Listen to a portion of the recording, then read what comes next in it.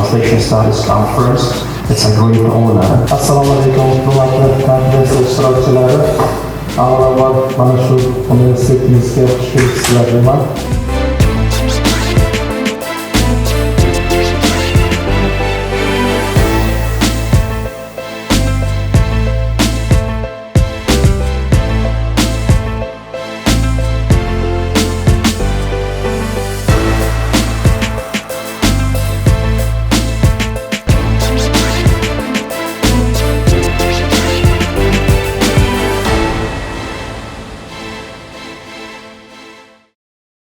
Assalomu alaykum, hurmatli konferensiya qatnashchilari, Ana va ijtimoiy fanlar universiteti jamoasi, aziz mehmonlar va o'quvchi professorlar.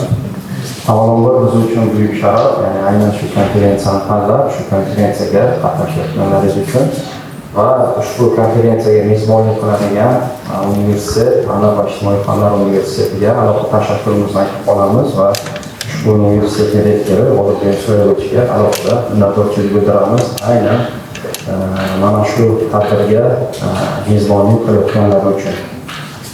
Ushbu tadbirda 130 ta delegat qatnashyapti, ya'ni bularning 30 tasi offline va 100 ga yaqini onlayn qatnashmoqda. 10 ta davlatdan, ya'ni bu AQSh, Kanada, Uzbekistan, Kazakhstan, Azerbaijan, Algeria, Hindiston, Iran, Kazakhstan va Kyrgyzstan davlatlaridan. This is a great important for us, and good morning to all of our delegates, and we are welcoming you here at Executive and Social Science University. And it's a great pleasure for us to host you here at the 6th International Translation Studies Conference. It's a great honor, despite the very busy schedule, you are here and joining our conference for today. So we have 130 delegates joining this conference, online and offline, from 10 different countries like Algeria, Azerbaijan, India, Iran, Kazakhstan, Kyrgyzstan, Morocco, Turkey, USA, and Uzbekistan as well. I hope that you will enjoy all the panel speakers here today. And let me give the floor for the host, Director of this university, Oljan Soyevich, please.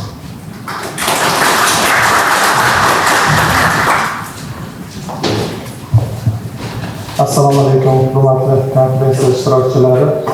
Avvalambor mana shu universitetimizga xush kelibsizlar deyman. Bugungi anjuman biz bir necha yillardan beri professor Azamat Akbarov bilan hamkorlikda har yili anjumanlar tashkil qilib kelayotgandik. Onlayn ravishda mana bu yilgisi hamkorlikda offline hamda onlayn tarzda tashkil etildi. Konferensiya ishiga omad tilayman.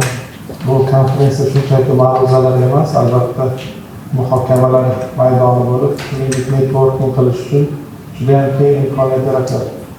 Mana magistrantlarimiz o'tiribdi, ustozlarni ma'ruzalaridan, qiziqqan sohalardan ustozlar bilan ham hamkorlik qilish imkoniyatini beradi yoshlarimizga. Buning uchun o'z minnatdorchiligimni bildiraman. Mana shu tashabbusni ilgari surganligingiz uchun hamkorligimizni davom ettiramiz. Mehmonlarimiz bor, mana Bekiston universiteti rektori, shuningdek Ozarbayjondan mehmonimiz kelgan. Bu Arzu konferensiyaga tashrif buyurganliklaringiz uchun bu mehmonlarga ham alohida o'z minnatdorchiligimni bildiraman. Konferensiya ishiga omad tilayman. Rahmat.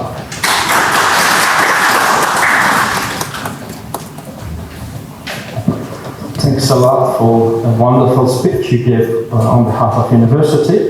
And the next speech will be given to Dr. Rasul Rahman. He is the Executive Director of AIFU University, Tashkent. Thank you.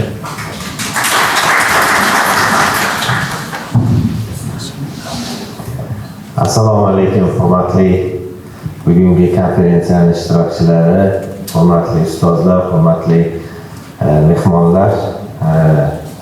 Agar ruxsat bersanglar, men bu xalqaro konferensiya bo'lganligi bois ingliz tilida ozgina nutq tayyorlab kelganman. Mana shuni sizlar bilan tanishtirsam.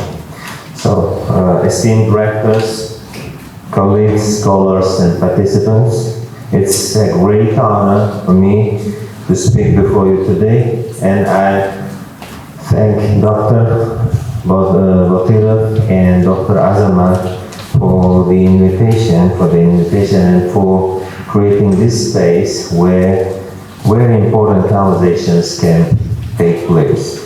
The theme of our gathering, Bridging Languages, Cultures and Disciplines, is more than a slogan.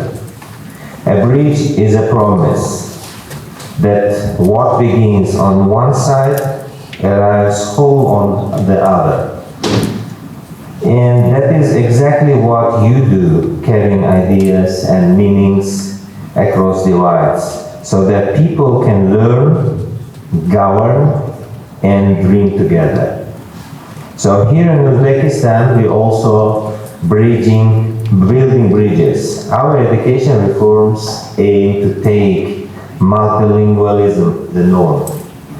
Through Digital Uzbekistan 2030 and our AI strategy to 2030, we are preparing for a future where interpreters, translators, teachers work alongside intelligent systems, always keeping the human heart at the center of the meaning. But reforms only matter when they change lives. When a child in Nukos finds health information in her language, when an entrepreneur in Samarkand negotiates with confidence, and a student in Tashkent discovers a new future, that is when bridges prove their worth. At Arzu University in Tashkent, I see this every day. Faculty reinventing how we teach through English, students learning to carry nuances across languages, and partners experimenting with ways humans and AI can collaborate. As you continue your work, let me give 3 reminders. First, be bold. Push the boundaries of research and technology. Be careful, protect context, consent, and confidentiality. Be generous. Share not only the tools, but also your stories. If we do this, as I mentioned, the bridges will build here will connect not just the languages and disciplines, but people across borders, generations, and every divide. So on behalf of Webster University in Tashkent team, once again, I'd like to welcome all the participants, esteemed guests, and I wish all the best in the future of the conference. And bugungi konferensiyamiz qatnashchilariga o'zimni chuqur minnatdorchiligimni taklif etganlari uchun minnatdorchilik bildirgan holda ishtirokchilarga shuni tilamoqchimanki, bu yanada sermazmun, sermaqsud va juda ham foydali konferensiya bo'ladi. Hammangizga katta rahmat.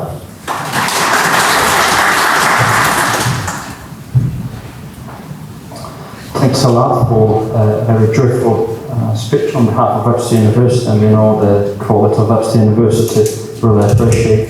And now, next floor will be given to one of our distinguished guests. She will join online by Zoom, Dr. Professor Isayeva, Director of Hazar University in Baku, one of the leading universities of Azerbaijan. Dr. Isayeva, floor is yours, please, for the short welcome. Thank you very much, Dr. Akbar, for this invitation. I'm really honored to be around you all online, but I try to distinguished scholars, dear colleagues and students. It is an honor to join the 6th International Conference on Interpreting and Translation Studies. I'm greeting you from Azerbaijan and from Hazar University's community of linguists, translators, and educators. This conference convenes us around the simple but profound truths. Translators and interpreters are architects of understanding. In courtrooms and clinics, in classrooms and cabinets, in diplomacy and development, you make meaning travel across the borders, safely and trying to convey the meaning. You prevent silence where there should be dialogue and confusion where there should be cooperation. In our history, our region knows this truth quite well. For centuries, for example, Turkish, Persian, and Arabic intellectual traditions were braided together by translators, turning separate literature into shared civilizational conversation. For example, if you think of this Azerbaijani Hamza in Azerbaijan and its dialogue with Algeria Hamza in Uzbekistan. These two poetic contacts and that illuminate one another and model how to transform and between those languages. Even earlier, masters like Sayfi Sarai, often credited as the founder of the translation school, brought science field study to Turkey, while later generations later, for example, Nizabi and many Persian classics into Turkish for broader audiences. When it comes to our countries, these two countries offer inspiring examples of how language will support strategic partnership. We extended and expanding people-to-people and educational ties. A powerful symbol is the Mirza Uzbek School in Fizuli, our leading recently constructed. The second is connectivity is rising. There are direct flights from Baku to and from Baku to Sama, now operating 5 times a week. That's a chance for our practical communities for closer programs for expanding exchange visit education. The third tie between our countries is economic and institutional cooperation. Trade volumes have grown markedly in recent years. The two countries have upgraded their partnership frameworks and are coordinating with regional bodies. I believe these strong ties and expanding relationship between our nations create also chances and opportunities for translators and interpreters. This means that they are expanding and across businesses, law, energy, logistics, tourism, and creative industries. We already work together on the platforms that celebrate our common heritage. You know that Turkey nurtures the cultural tissue that keeps our languages alive and vibrant. So now there is a time for practitioner level strats. For example, practitioners of coming from languages and linguistics, they can bring up a new model that will denote collaborative work between the two nations. Dear colleagues and students, the late medieval translators that I mentioned in the beginning of my speech, who linked it to literature, did not wait for the perfect tool. They knew them by working together. Who can do the thing, blend scholarship with modern infrastructure, create creativity with responsible technology, and keep culture at the center. Thank you to our host Tashkent for the impeccable organization and warm welcoming, and thank you very much for inviting me to welcome you. May this conference spark new partnership, publications, and most importantly, friendships that endure long after the closing session. Rahmat, teşekkür ederim. Thank you. Profesör Say'a çok teşekkür ederiz. Sağ olunuz. İnşallah diğer bir sefer devam ederiz. Gelirsiniz buraya Uzbekistan'a. Really appreciate. Thanks a lot. And now we have another video of welcoming speech by Rector of Bukhara State University, Professor Abijo Hamidov. Please.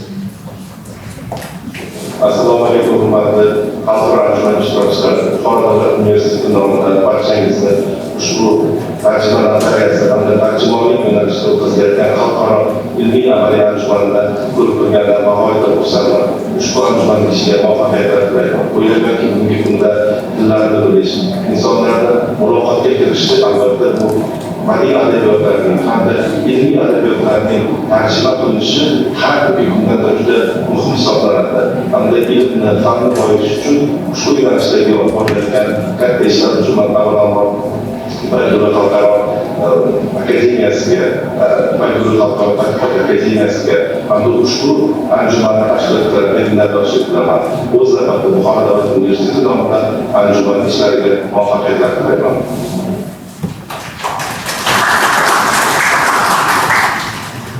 Umidjon Hamidov hozirda Sankt-Peterburgda bo'lib o'tadigan katta ta'lim forumida bo'lganliklari uchun shaxsan o'zlari kelolmadilar. Men kecha shu videoni yozib bizga yuborishdi.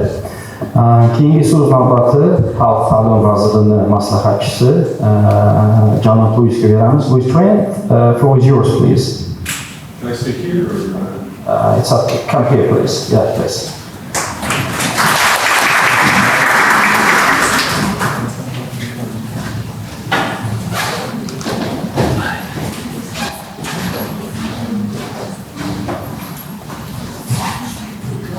Good morning, everyone. My name is Louis Train. I'm an expert advisor to one of the centers within the Ministry of School and School Education, and I also happen to be an adjunct professor at Webster University as well. So I'm here, I suppose you could say, representing the education sphere. One of the themes of the conference today is about bridging disciplines, and I'm really looking forward to talking in my presentation about how the disciplines of translation and education can be bridged. And I'm really looking forward to hearing in others' presentations as well how theorists and practitioners continue to find innovative and interesting ways of connecting disciplines and approaches. So thank you very much to the organizers of this event, and I'm really looking forward to learning from all of you today.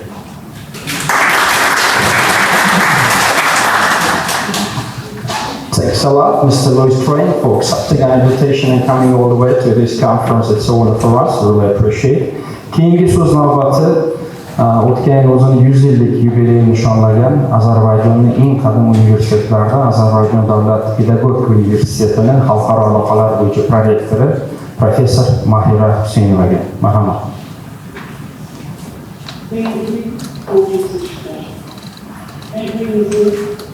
Azerbaijani sohasi devletlerindeki oluşturulmak zamanında ve dinlerin medeniyetlerin disiplinlerle birleştirmeyi tercih başlık tarafından tartışma bölgelerinde konferanslara her birimiz bölümünde memnunum.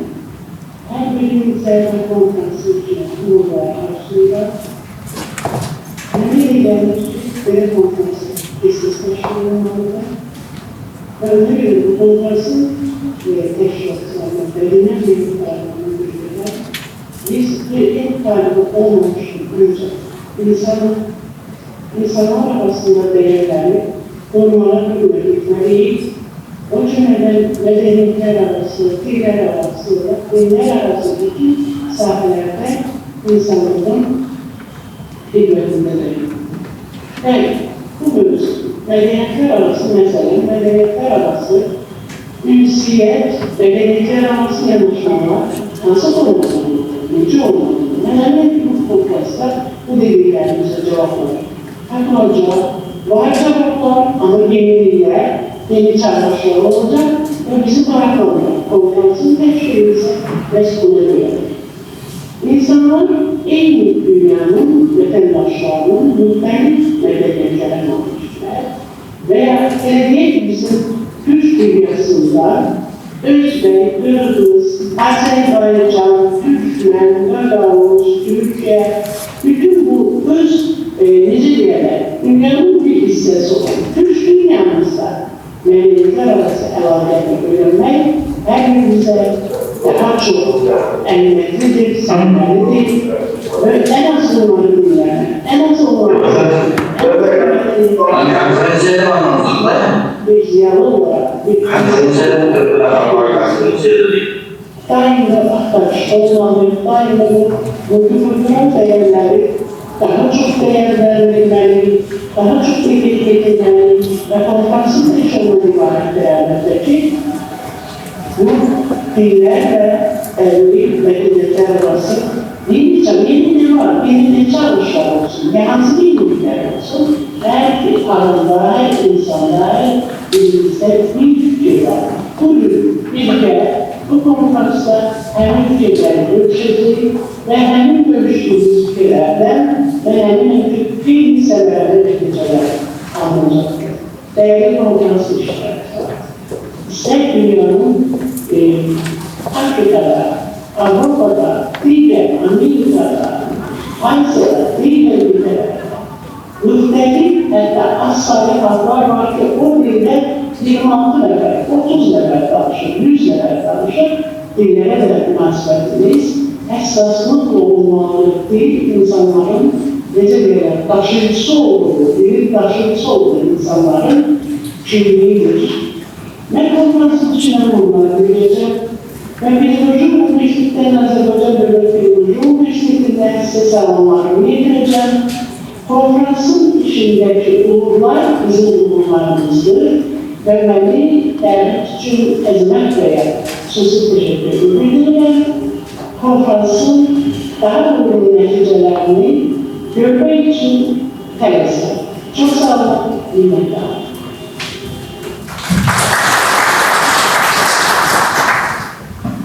Katta rahmat. Bu videodagi mashinalar signali, ya'ni Mahira xonimning o'tirgan ofis chorrahada joylashganligi uchun bilasizlar, shoferlar juda kutishni istamaydi, faqat signalga bosishadi. Videoda ovozni eshitishingiz mumkin. Xo'p, keyingi so'z navbati Toshkent davlat sharqshunoslik universiteti sharq tillari va adabiyot instituti direktori Ulfat Bosirovnaga. Marhamat.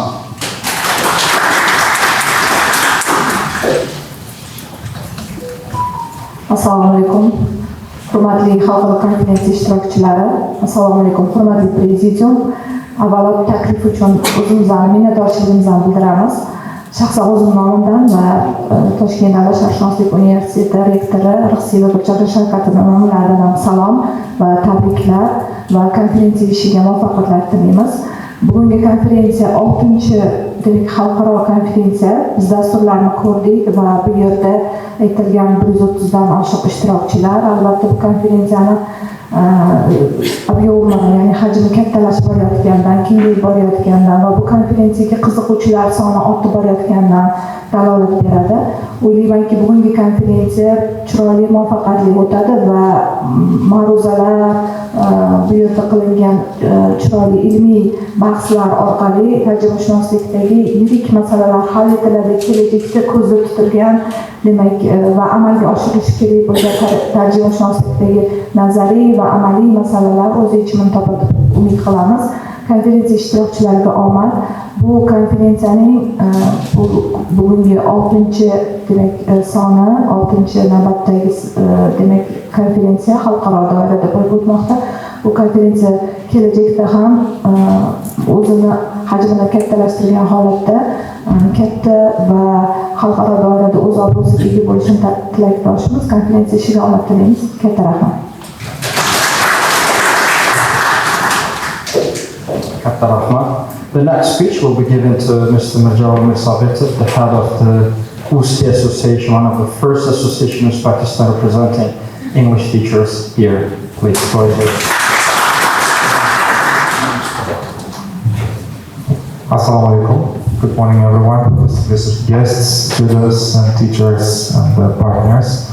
On behalf of UST, Uzbekistan Teachers of English Association, I thank hosting university Rector Dr. Batirov for investing for education for such conferences, and plus organizing committee Dr. Azerbaijani for inviting us and bringing all those people together. Usually, when you do opening or when you do some welcome speech, it makes some stress as a young person. And in case you prepare some paper or some speech, but today, sitting there, I decided not to use that paper, and I tried to deliver what I thought while sitting. By seeing the topic, translation, and the interpreters, it reminded our students of time when we are hired or invited as a volunteer to do some translation work for medical workers or for our friends, families, or local entrepreneurs. And I remember it was very difficult to translate specific topics. It could be agriculture, it could be medicine, but we did our best. Even not me, but majority here in their lifetime became translators, interpreters. And the message is here as translators. They are not only linguistic transformers, but cultural meditators as well. Why? Because today a lot of people may ask, can AI, let's say, avoid all the human touch in the world? But I would say no, AI cannot be a human, cannot transform or transfer the empathy, real human touch. One of the examples was happened for a few days ago, one of the historic meetings between the presidents of Uzbekistan, Shavkat Mirziyoyev, and Mr. President of United States, Donald Trump. And you saw maybe on TV how the whole media focused to the lady who is translating those powerful messages between the countries. Or even it happened yesterday with the meeting with Turkish President Erdogan and Donald Trump again. All the media focused to young lady who translated all those kind of messages between the countries. Thank you very much for bringing this topic to the agenda, and thank you organizers for hosting this beautiful event. I wish you good luck. Thank you.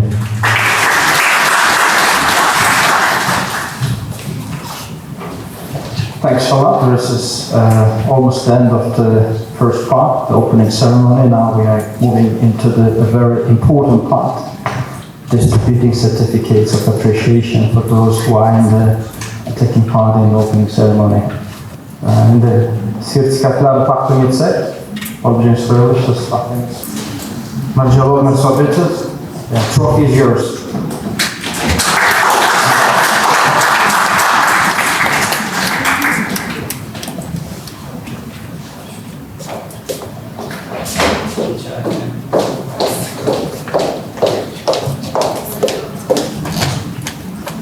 Mr. Louis Train, the floor is yours.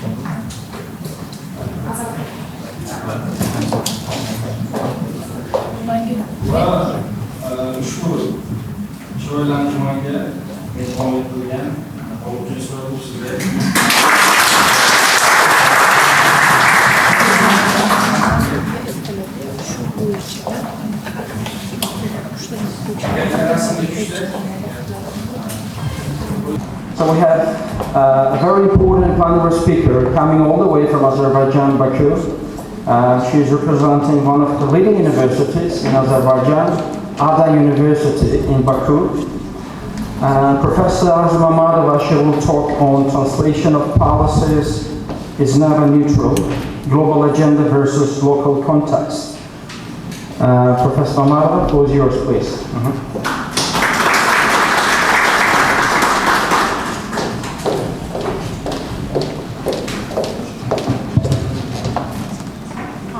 Thank you, dear distinguished guests, the organizers of the conference. I express also my gratitude for having a chance to present at this conference.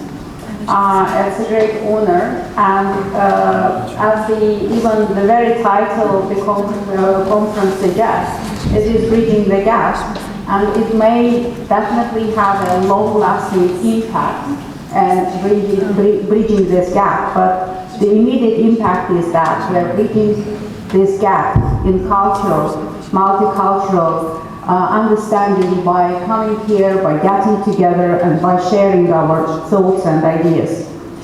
So I should have the PowerPoint as well that I will refer to throughout the presentation, but so I'm not waiting for it to come up there for now. I'll start. So, but then I can start my presentation when we will refer to the notes. When the very topic of this conference was announced, I thought that we can discuss a number of pressing issues in the field of linguistics and interpretation and translation in particular. And then I thought that one of the most challenging issues is the educational policies and the same gap that we try to bridge in developing these policies and in adapting the policies from the international universities, from the international educational system, and integrating it into our policies. I thought that this is a really challenging issue, and then throughout my presentation today, I will discuss the challenges it poses I'll set also my alarm clock to make sure that I do not go beyond the limit. So what's the problem? The problem is that we all have our agenda in terms of the achievements, in terms of the outcome image of the students. We are all the university, we all come from the universities, we all come from the educational system, and we have a certain image of the students that we want to graduate. And this image is not formed because we envision it this way, it's formed because the external consequences require it. And by external consequences, I mean the international organizations and the global market, employment market, they have certain requirements from us, from educators. So, and number one requirement today can be considered empowered student. As my colleagues mentioned in the previous speeches, empowering, and he addressed people saying, be bold and don't hesitate to express your opinion. So this all means being empowered. So to what extent the policies, the educational policies, I mean, in particular, the language that we use to address our stakeholders through the educational policies, reflect the realities, I mean, help us educate, help us achieve the outcome that we envision in our students. So translation is not neutral. In this, it is in translation, and in particular in interpretation of the policies, we should consider the global standards, and we should consider our local ideological and cultural stance. So I have already mentioned the problem partially and the relevance, why we should concern, because we are educators, we are people who develop these policies, and I will specify now what I mean by policies. So, and We will speak about student empowerment. We will speak about the background issue at how the policies reflect the internationalization of education and how they are reformed through internationalization of education. And we will I will also highlight some theoretical framework behind this discourse of policies. Okay, let's switch now to the, as I mentioned, the challenges to educate, empower students. Why empowered? What we mean by empowerment?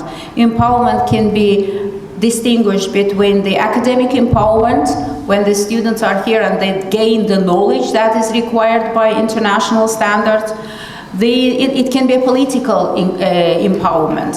So we make sure that the students are active members of our universities, of our educational institutions. They have a say, they are involved in the elections, they represent the student body at the university. This is done because of the political empowerment. We want them to become future leaders. And of course, social empowerment. Social empowerment can be done through the way we treat our students. And in today's speech, we will discuss this way through policies. So why the language of policies is not neutral, as has been discussed in a number of the researches. So the theoretical framework that form basis of the language of policies being sometimes manipulative, sometimes emancipatory. So the critical discourse analysis by Norman Fairclough forms the basis of interpretation of any communication, including policies.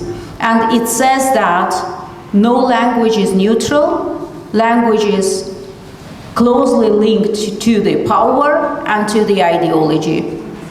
So the language is formed not just by the person who said something, but it also interpreted depending on the people who accept it and on the setting, on the context. In different contexts, one and the same message can have a different meaning. So that's why critical discourse analysis are important. That's why considering semantic and pragmatic, that I'm going to speak about later, is important when interpreting, when adapting the policies. So we have all gone through why this setting is the most important, because we are Azerbaijan, Uzbekistan, and many other post-Soviet countries. We went through the transformation of education, and in this transformation we have to ensure that globalization is we are integrating into the global world by adjusting our educational system. Of course, we had the Bologna process that we aligned with. We became an inseparable part because we have to ensure this three-cycle educational system, bachelor, master, and PhD system, so that this our diplomas are recognized worldwide, so that we can attract international students. So this is what we see in the system. However, the educational policies of each and every university is formed, they have certain freedom to develop their policies, of course aligning with the state standards and having their own some kind of ideology behind it. I would give an example of my home university, ADA University, where I work, and I had the Department of Languages, Culture and Art. So I've been closely involved in the policy development at my university from the very inception of it, because I worked there I can say, from the very beginning.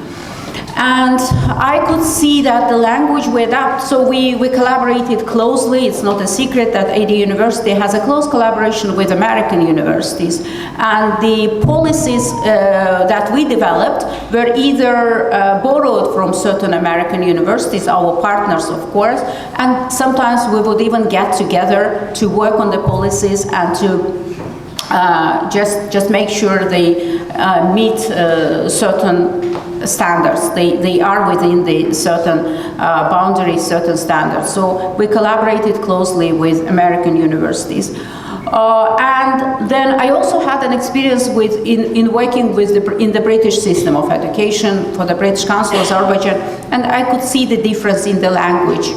So, I mean, what I mean by difference in the language, the way we address the students, how straightforward, how emancipatory it is, versus how sometimes oppressive it can be.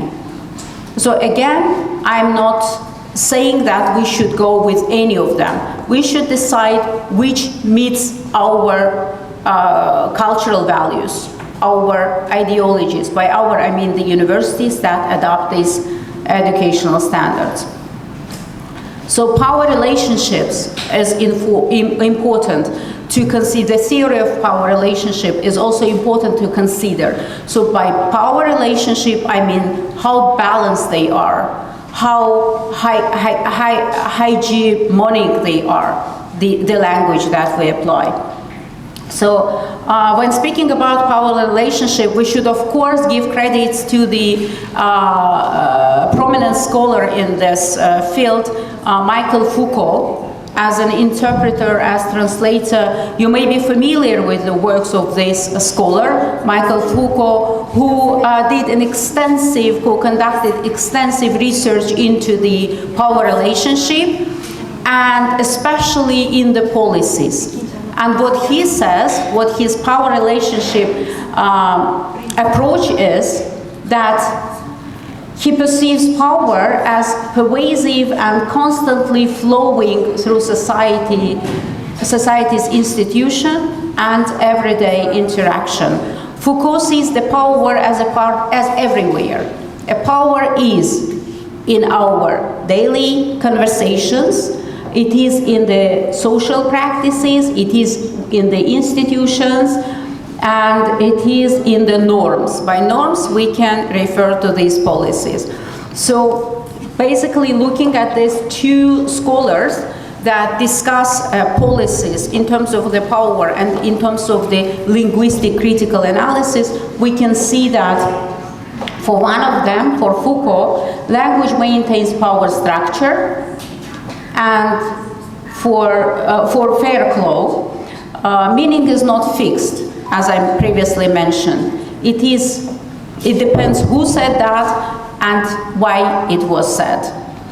So according to Foucault, on the other hand, modern society operates institutions, and I want to draw your attention to this fact. By institutions, he means schools, educational institutions, prisons, hospitals, military facilities. They all operate with a similar disciplinary techniques. So he, even in one of his studies, he even equates the language of education to the language of another institution, such as, let's say, prison. And so this can be alarming for educational policymakers, and what should they consider in developing their policies. So critical discourse analysis plays a huge role in international communication. So a vivid example of this can be, without going to the policies first, we can look sometimes at the titles of books and the movie titles in other languages are sometimes changed, and sometimes they are changed to they are just distorted. Yes, the other day I bumped into one movie, as just a simple example. I was captivated by a movie, the plot of the movie, it was in Russian, but I could see that it was some Western production. So I was captivated by the plot, plot, and I thought it was something was happening there that is now very pervasive in the academia. The students, some smart students at university were trying to help those wealthy students to get to the universities, and it's the case, and it was even depicted in this movie. So that happened that I had to leave and I didn't have time to watch up this movie. I just looked at the title. It was in Russian, it sounded like Как взломать экзамен, and I thought I'll Google something like how to hack the exam, and the title will come out. When all my attempts in the evening, when I came home and wanted to find and watch this movie, all my attempt to find movie with that title failed. And then I just described the plot, and this genius, another genius is ChatGPT helped me to come up with the American version of the title, which was a bad genius, and how to hack the exam. Absolutely different titles given to the same movie, translated by Russian interpreters. I would apply the word interpreters here, by applying some critical discourse analysis. So because they know their audience, and there is a marketability that they take into account when translating such titles, and there are some, backed ideological values. They, for some reason, they did not want to translate it as a bad genius, and they translated it as not as a bad genius, but they translated it as how to hack the exam. Another vivid example is the book that I really love and recommend to everyone to read, is The Kite Runner by Khalid Hosseini. You might have also read this book because it's about your neighboring country there, about their culture and tradition. And this book is also translated into Russian as the Бегущий за ветром, which literally would sound like the person who tracks or who traces the wind. Yes, again, the translation is changed. The manipulation of the audience is there. Whatever manipulation, positive or negative, we don't know, but this again justifies how important it is to consider the cultural peculiarities, specifics when translating and interpreting something. Yes, and so these are the examples, and I also thought that then integrating some information about my own research related to this, when I looked at the policies of American and British university systems, because as I mentioned, I was involved in both systems, and I could see the difference, and I could see that one of them is prevailing in terms of the dominance, in terms of the hegemony, while another is more constructive. So when I looked at this I conducted a critical discourse analysis with the purpose to identify power relationships in the policies of American and USA universities. The thing I focused there was a language patterns, was modal verbs, the application of modal verbs, was the application of the paraphrastic expressions. And I noticed that my hypothesis that one language is more oppressing than the other proved to be successful.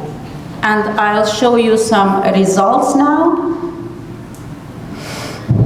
So we can classify linguistic science according to these points: how hierarchical they are, how dominating they are. The language patterns can reveal this, especially in the policies, and how power, obligations, oppressions are reflected in the policies. And then we should also, at this point, we should make a distinction between semantic analysis and pragmatic analysis. While semantic is more about translation, is the literal meaning, what is said. Pragmatic is why something is said and how something is said. So it is the direct responsibility of the translator, because translation is not a big deal now. Translation can be done through all this software available today with the technological advancement. However, the translators now should take the role of the critical analysts and should make sure that critical discourse analysis happen in the process of translation. Why this is the case? Just I wanted to show these results of one of the studies that we conducted related to policy analysis. So you can see what we revealed.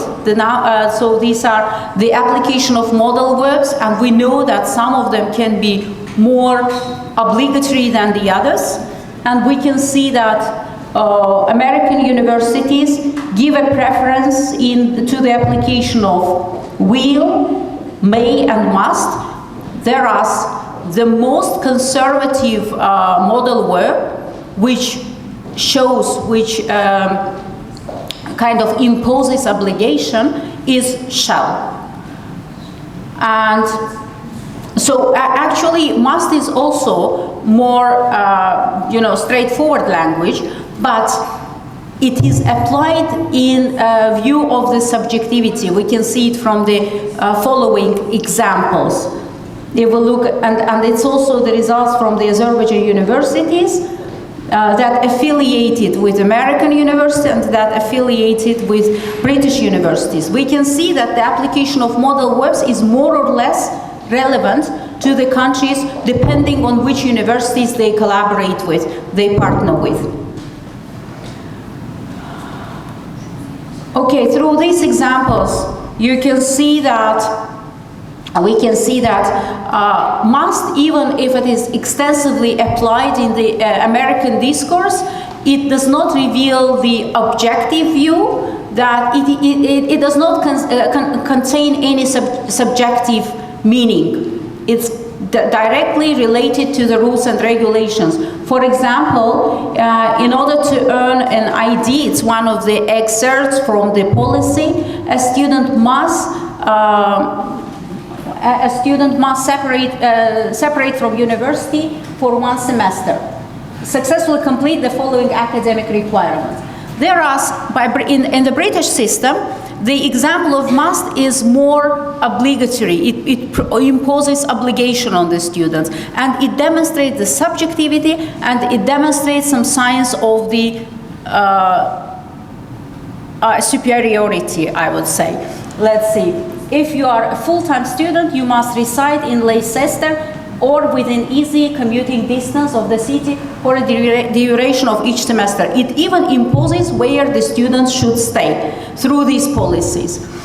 And there are many other examples, and it's not only about the modal verbs, it also periphrastic expressions like are expected to, are required to. We can see that are expected to is applied mostly by American system of education, and are required to is more typical for British universities. So these reveal the power relationship in the policies. And I'm not saying that one is good, one is bad. I'm saying that we should consider our cultural values when we integrate them. If we target the empowered students, which are the requirements of the global market, of the global employability, which are the requirements of educating responsible citizens, we should consider this in the way we communicate rules and regulations, we communicate some policies to our students. It matters, because as we previously justified, proved through evidences, the language has a very strong power of manipulation. So I would end my presentation here. And then we will probably proceed with questions, if you have any, related to this presentation or related to whatever else you are interested in. Maybe you have some questions about the home university that they come from, or but probably about this, the topic of this particular presentation. Thank you for your attention. And now the floor is yours if you have any questions.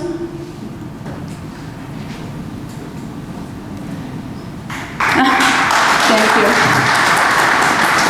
So no questions, then you have a question, yeah, please. I'm trying to think of how to formulate my question. So I will help you. I'm working on a thesis which is a very similar topic. So I'm looking at policy borrowing, more of methodology rather than institutional policy in Uzbekistan. And one of the questions that I've had to think about is the spectrum between imperialism on one hand and opportunism on the other. So when you were speaking earlier, you talked about the history of the Russian sort of, I think we call it colonial elements, and then the modern global period. But I think a lot of people would argue that the global systems are also quite colonial as well. And so is there space for resistance in here? Is it resistance? Is it adaptation? What does it mean what does it look like to borrow policies but not be cautious? Yeah. Yeah, still be cautious. Yeah. Still. So actually there should be one item about this in one of, maybe I removed it because yes, it's a very interesting question. Thank you for the question. It was actually the part of my presentation, but I then thought that it would be too much, but it's good that you asked this question. Actually, yes, as a post-imperial states, we are too much now concerned about our own national identity. And the national identity, number one factor in integrating and in ensuring high level of national identity is through language. And then we borrow other languages, even the policy of official language in the country. So we switched to Azerbaijani. And now we should be concerned that while trying to eliminate the factors of imperialism by Soviet imperialism, we do not give way to Western imperialism. It is also a concern, and then that's why the number one issue is national identity through cultural values, through language, of course, through our own language. So whatever policy we integrate, so language policy and cultural values are number one factors. And then speaking about this in my own home university, we have 1 year of foundation program after the English language program. And in that 1 year of foundation program, we integrated Azerbaijani studies, which is, and we integrated the cultural knowledge, cultural heritage as part of the Azerbaijani studies. So just, yes, with a wise approach, we can balance this in the educational system. Yeah, thank you. Thank you so much.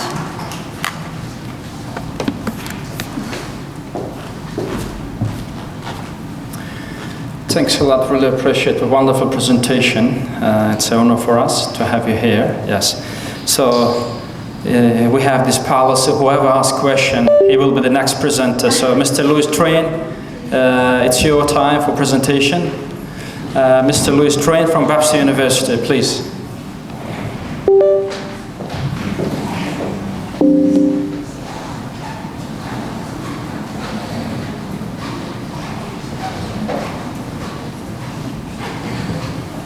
So I'm not watching Instagram, I'm just going to set a timer on my phone so I don't lose track of time.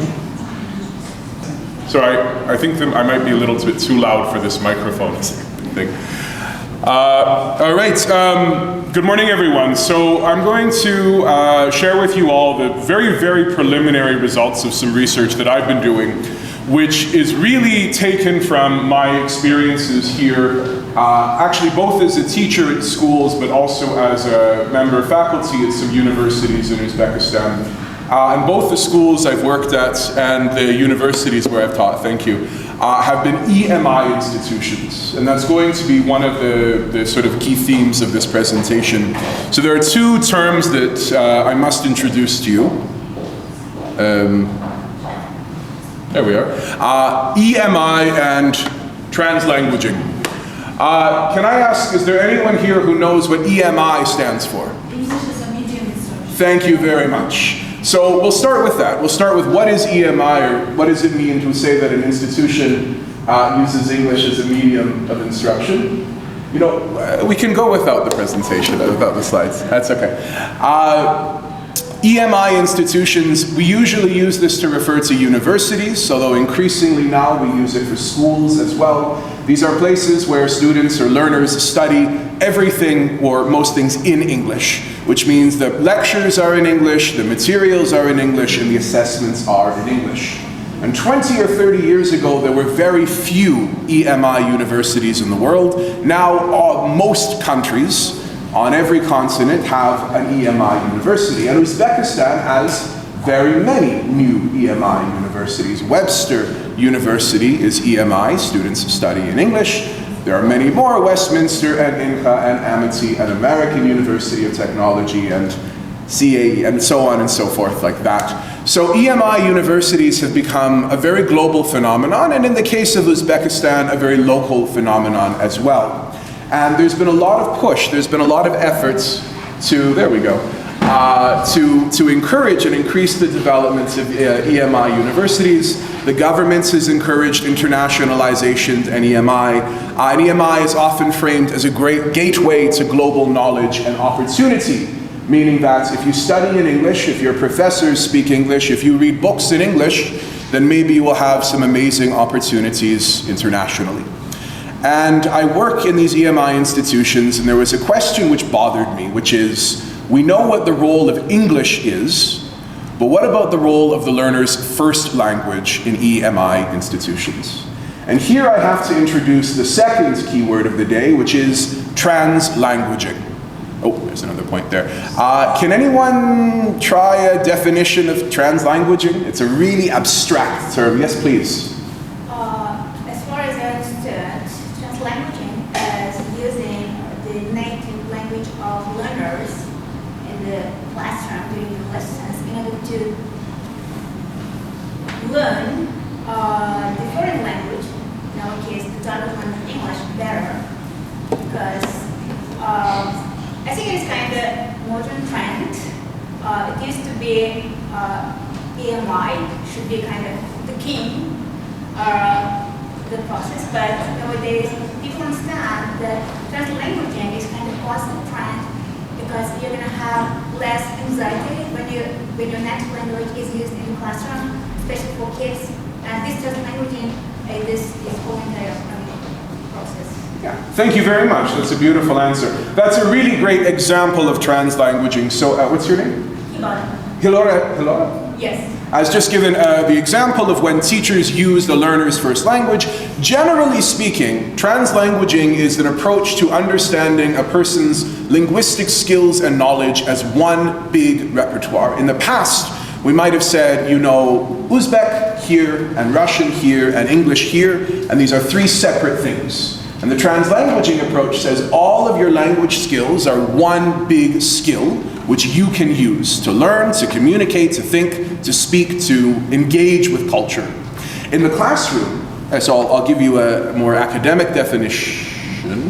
From Li Wei, the flexible use of linguistic and semiotic resources by multilinguals to make sense of their world, express themselves, and achieve their goals.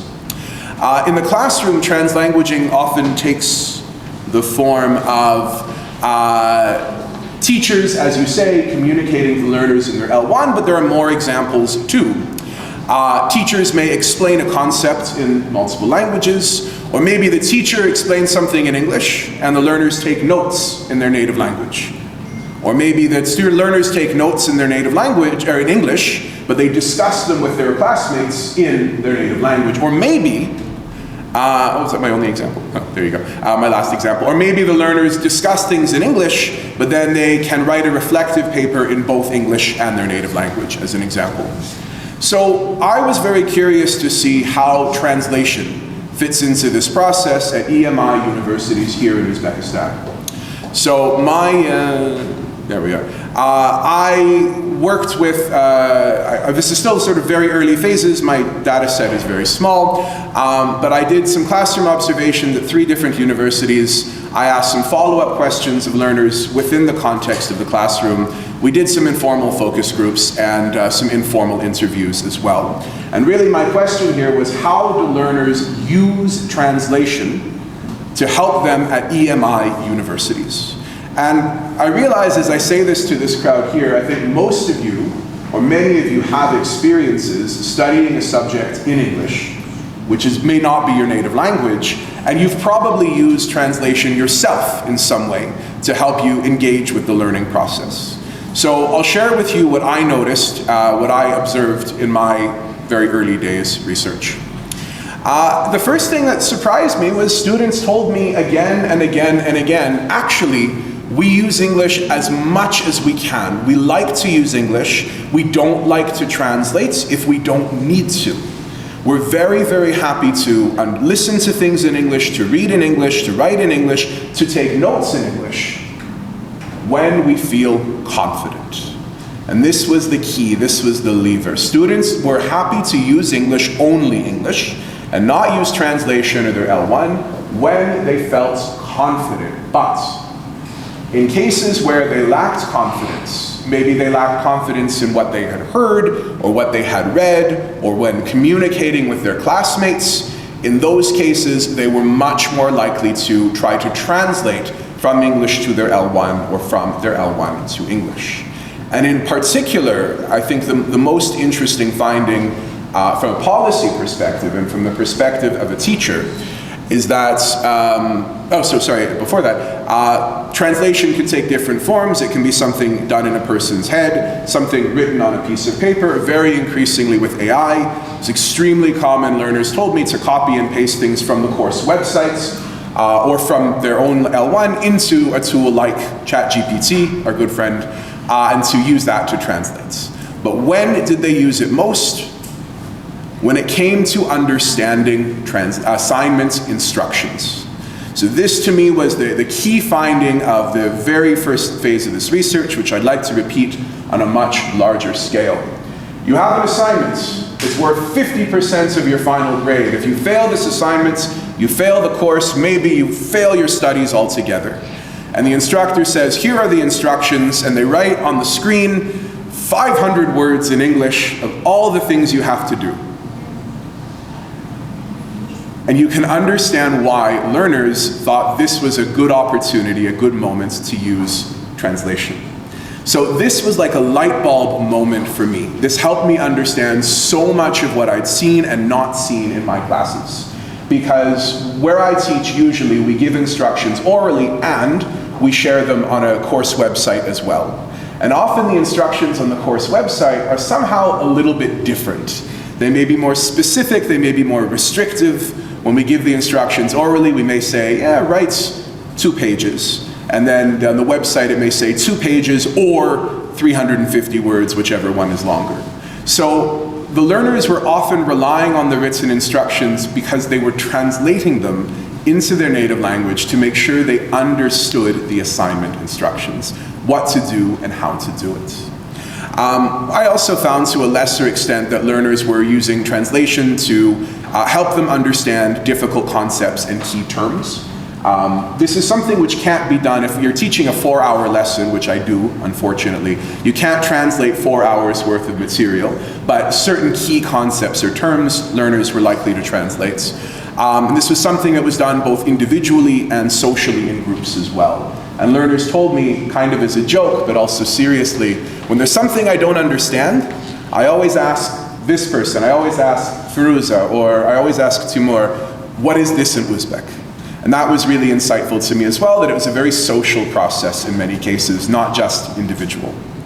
And maybe the last finding that could be kind of interesting as well was the revelation of a kind of parallel learning or parallel class that was going on in these Telegram group chats.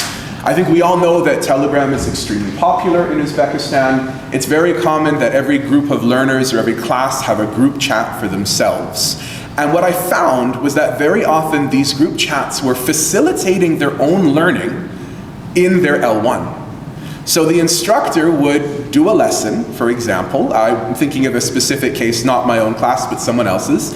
And then the learners would go home and they would basically review every part of the lesson on Telegram in their L1. The lesson had originally been in English, and then they reviewed it in their L1. And there are these parallel tracks of learning going on. There's the official visible learning, the formal learning in the classroom, which is in English, right? EMI is the secret to our future success, as we all know. I say that with a little bit of irony.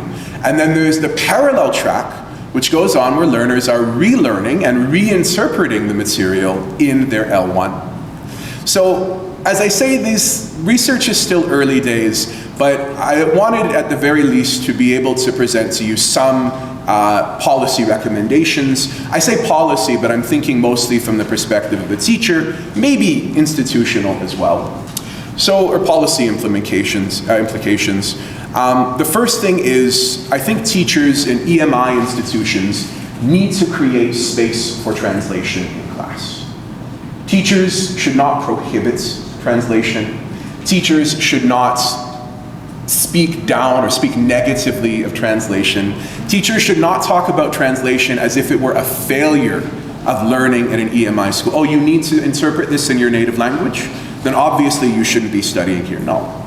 Teachers, quite the opposite, need to create moments in time in the lesson for learners to translate, not just when they leave in the group chat.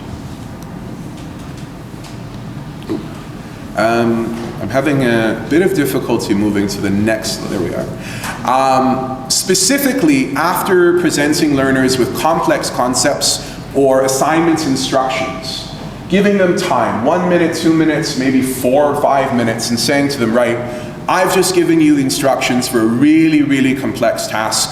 This is worth a big amount of your final grade. I'm going to give you some time right now to discuss this with your partners, small group, whole class, in your L1 to make sure that you guys are supporting each other's understanding. And we shouldn't treat this as a failure of instruction, but as an opportunity to improve instruction. Oh, too automatically. Allowing students to check understanding individually and with peers, normalizing the question, teacher, can I ask someone a question in Uzbek or Russian? Or can I ask someone a question in my native language? And that means the teacher should quite cheerfully say, yeah, sure, no problem. Not treating it as a problem which needs to be prevented, but as an opportunity which can be exploited to make sure that learning happens more effectively. And this is something which at the higher level I think really should be part of the training of teachers at EMI institutions. Your job is not to replace anyone's native language. Your job is to add to their experience. When we teach in English, when I teach in English, I unfortunately don't know Uzbek. So what I could in theory prohibit it from my class, but no. I'm going to allow students to lead their own learning in a way by incorporating translation. And finally, reframing translation as central to equitable access to EMI. There are some people who have great access to learning opportunities in English, some people who have less access. Some people whose parents are English teachers, some people who only learn English for a few hours a week at school. And what this means is that when learners enter EMI universities, some enter with a huge advantage and others enter with huge disadvantages. But creating space for translation means that we are not perfectly leveling the playing field, but we're creating a more equitable environment where those learners who had more access to English language learning don't have quite the same unfair advantage as those who did not. So this is the last point of my last slide, and I'm 13 seconds late, so I apologize profusely for my lateness. I don't know if there's time for a question or if I should take a seat. I defer to our organizers. I think it's crystal clear. Okay. Yeah, thank you. All right, you're very welcome. I just give this to you. Thanks a lot for a very insightful presentation. So the next speaker will be Dr. Murtaza Mirshaybani from Tashkent University of Economics and Pedagogy. Please, floor is yours.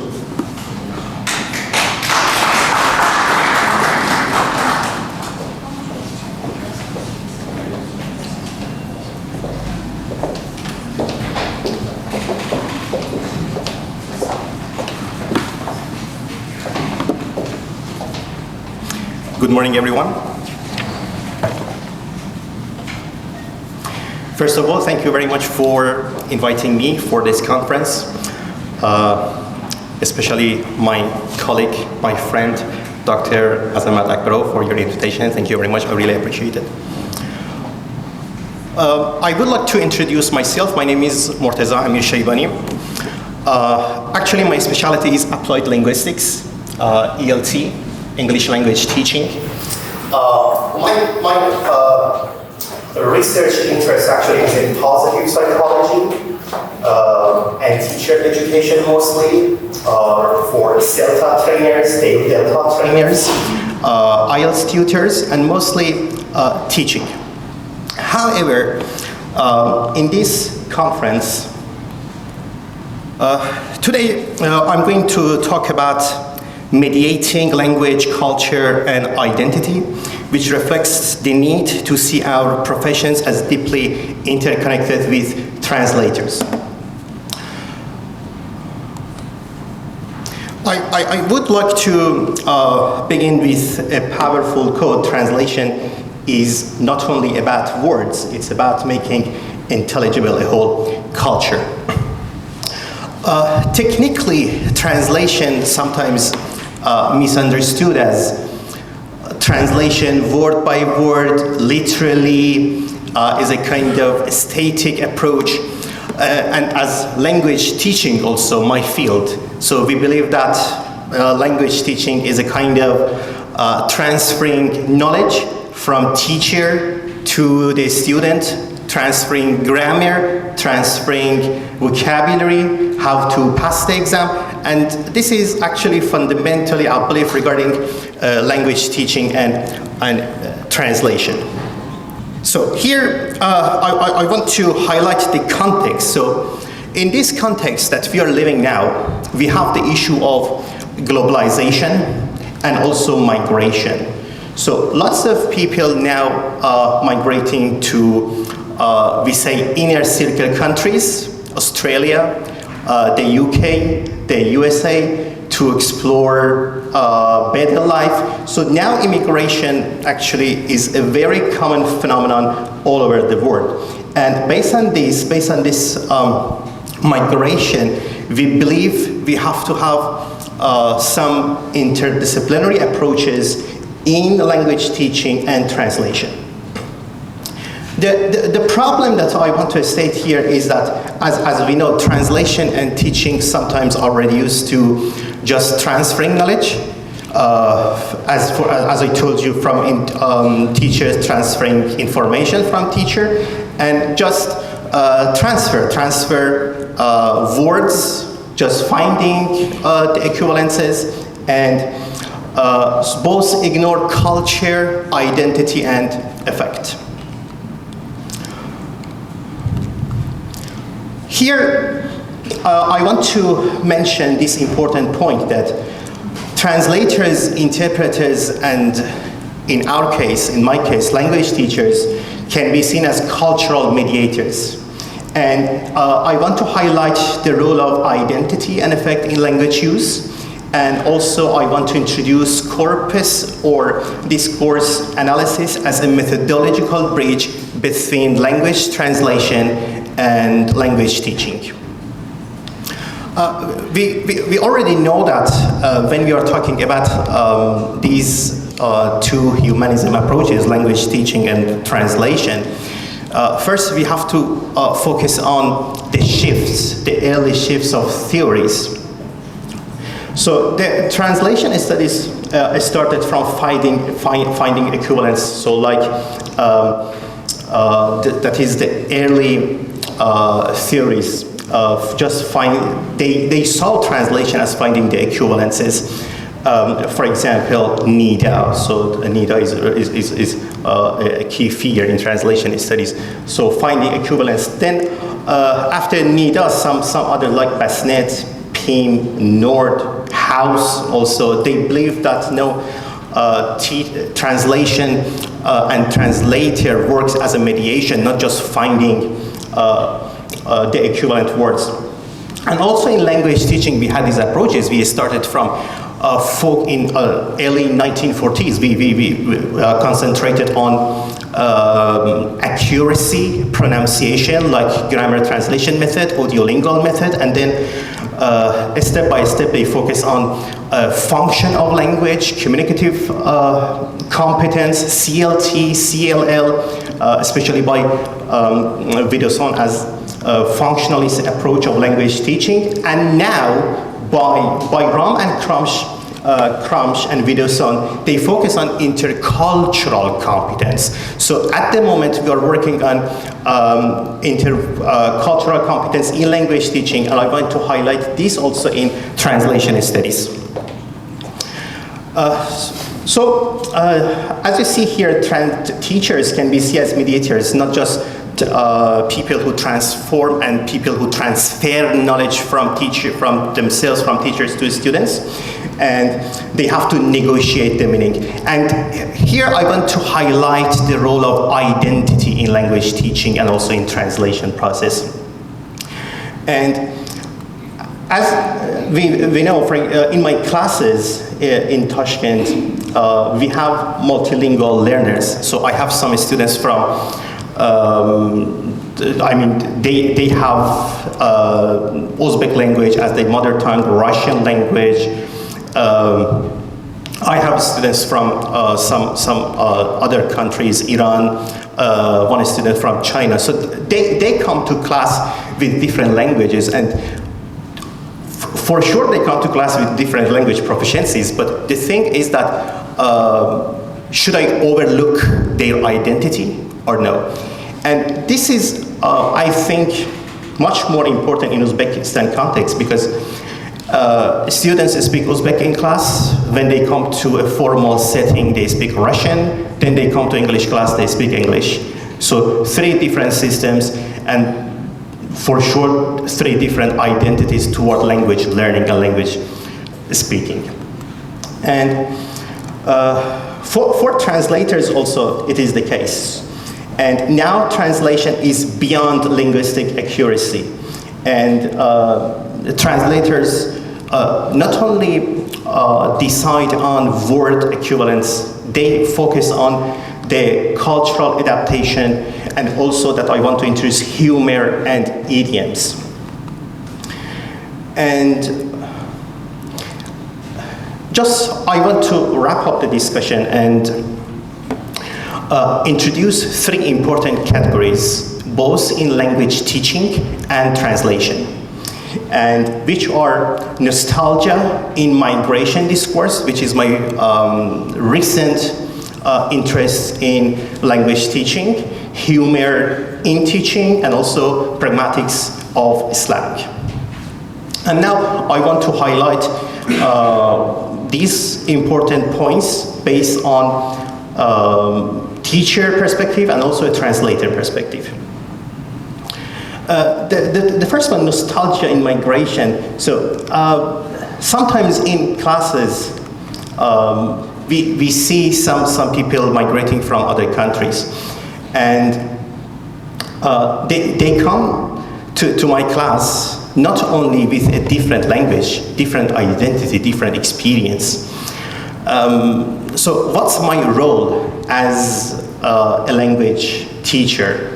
Should I acknowledge their identity? Should I acknowledge their experience of language, previous language learning, or their own mother tongue and their own culture, or no? As a language teacher, what should I do? Or just transferring knowledge? And also in language translating is a mess, is another issue, that we have to capture the effective dimension, like memory, belonging, home. We have one word, for example, in Farsi, whether, I think you have it in Uzbek too, Gorbat. I don't know whether you have it Gorbat in Uzbek or no. In Farsi, Gorbat, if you want to find just a translation, an equivalence of Gorbat means being alone or being away from home, so something like this. But Gorbat has some emotional connotation, so some emotional feelings that, so this is the translator's job. should a translator just translate the word or finding just one word? So how about the emotion of that word? So it's not just loneliness, it has some emotional feelings that sometimes we cannot convey through words. And another one is humor in psychology, in pedagogy and language teaching. So most of all we use humor in language teaching, and we believe that it can lower effective filter proposed by Stephen Krashen. So, and students can feel relaxed in the class, but how much humor? Is this humor appropriate in this culture? Do they accept it or not? In my culture, it's okay. How about in their culture? Do they accept it? What should I do as a language teacher? And also as a language translator, should I translate the word? Should I translate the humor? How can I do? Is it offensive or not? And also we have the slangs in online discourse. So now teenagers use lots of slangs in class from their own language. So should I acknowledge those ignorance? Should I teach slangs in the class or no? Some believe that teaching slangs in informal context is okay, but informal not appropriate. Or in language translation, should we domesticate the slangs, foreignize or approximate? And if we want to do some research on nostalgia and humor and slangs, so I think the best methodology could be using corpus-assisted approaches.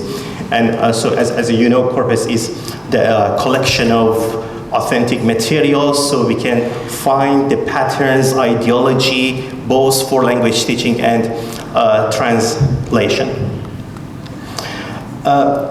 Now we can feel the need for research, especially in interdisciplinary approaches between language teaching and language translation. Normally at universities there are two different departments, one department for language teaching and one department for language translation, totally two distinct areas. So I'm not sure whether it's a good practice or not. Can we combine translation studies and language teaching studies together to do some interdisciplinary research or no? And another thing, as my colleagues highlighted here, about technology and AI. So we know that now we have machine translators, but how about the role of identity and emotion? Can machine translators transfer the emotions too? Nostalgia too? How? And can humans add value to translation, which machine translators cannot offer? So these are some questions for further research. And as I told you, for institutional models, that departments should be combined together with ELT and translation, or no separate departments. And anyway, thank you very much for listening. I hope it wasn't so boring. And if you have more questions, you can ask. And if you want to know about my research interests, you can just Google me, my name. You can reach my Google Scholar Scopus profile. You can see my research interests, and that's my email. If you have any questions, please. If not, thank you very much once again.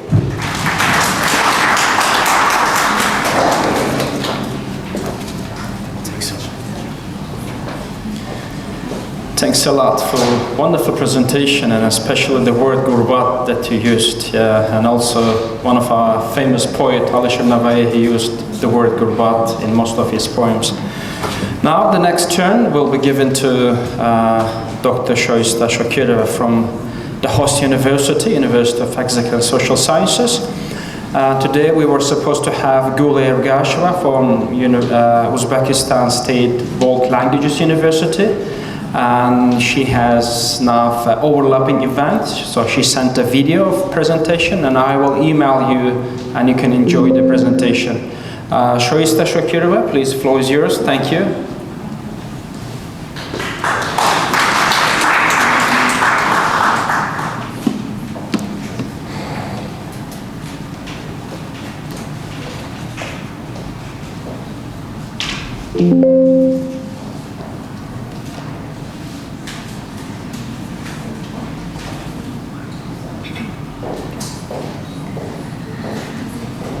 Good morning, everyone. It's an honor to be here with you today to talk about a subject that lies at the heart of our interconnected world. Language is more than words. The role of interpreters and translators in promoting cross-cultural understanding. Now, we often think about language as just words and grammar, but in truth, it carries culture, values, and identity. That's why interpreters and translators are more than language experts. They carry cultural bridges. I would like to begin my speech with a proverb from China. To learn a language is to have one more window from which to look at the world. It means that every language is not just words or grammar or a group of vocabulary. It carries a different lens from which people look at the world and understand the world. This reminds us when we translate, we don't just carry words across, we carry worldviews. Now, why this topic matters? Now, today, globalization has brought us into constant interaction with people from diverse backgrounds, whether it's migration, diplomacy, international business, healthcare, education. They all require us to have accurate mediation between them, accurate translation and interpretation. Miscommunication can do real harm. It can cause conflict, mistrust, or even lost opportunities between cultures and countries. Now, language is more than vocabulary. It reflects cultural values, social norms, and even unspoken rules. Think about politeness. In some cultures, direct speech is valued, but in some cultures it's called unpolite or considered silence. Sometimes it's considered as agreement in some cultures, but in some cultures it represents disagreement. And direct translation, a literal translation may miss these nuances, but interpreters and translators can capture them, and they are trained to capture them. The role of interpreters. Interpreters work in spoken communication. They're often the invisible link between two people who do not share a common language. They play key roles in diplomacy, international law, and healthcare. For example, a medical interpreter doesn't just translate words, they have to explain the diagnosis to another person who doesn't speak the language of the doctor, and they can also help the doctor avoid culturally inappropriate explanations in some cases. Now, translators. Translators, on the other hand, work with the written text, but their job is never mechanical. They may translate literature, legal contracts, or business documents. Each requires sensitivity, not just accuracy. For instance, idioms or proverbs cannot always be translated into other languages. In this case, they have to find a way to fully translate the meaning into another language. And that is the art of translation, actually.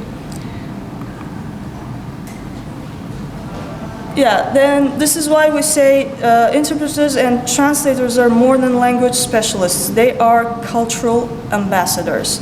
They build trust between communities, prevent stereotypes and misunderstandings, and make peace building and diplomacy possible. In a sense, they don't just translate words, they translate meaning. Of course, they have challenges. Their work is not without challenges. Idioms and metaphors, as we always already talked about, don't always have equivalents in all languages. Also, there are cultural taboos. Those must be addressed very carefully in order not to cause misunderstandings or mistrust between cultures. And technology has brought machine translation into the picture, but while it's fast, it lacks the cultural depth and human sensitivity that professionals bring. Now, future directions. So where do we go from here? First, training is vital. Interpreters and translators should be seen not just as bilingual or multilingual people, they should be seen as cultural mediators. Finally, professional ethics, confidentiality, neutrality, and accuracy will always remain at the core of their work.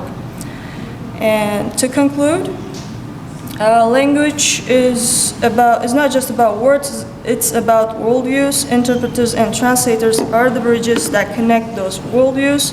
Their work is essential for creating respect, understanding, and cooperation in our globalized society. Without them, the world would be smaller, less connected, far less peaceful. Now, I want to close my presentation with a quote: "Without translation, we would be living in a provinces bordering on silence." So please respect and always encourage translators and interpreters. Thank you so much.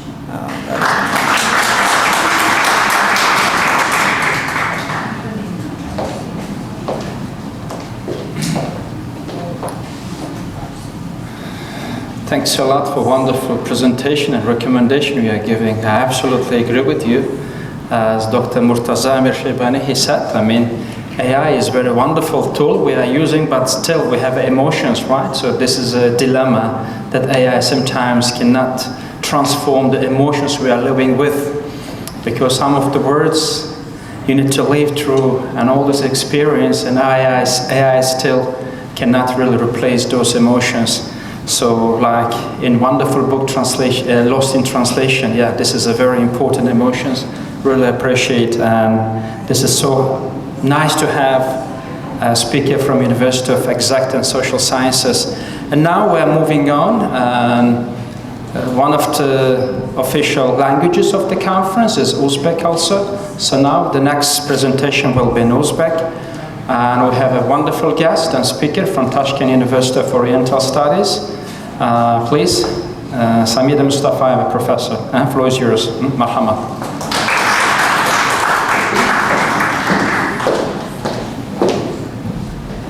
Hurmatli konferensiya ishtirokchilari, hurmatli rais va bugungi o'sha mehmonlarimiz, ijozatingiz bilan o'sha bugungi tayyorlagan mavzuyimizni qisqacha mazmuni bilan bevosita o'sha dokladga murojaat qilgan holatda tanishtirsam.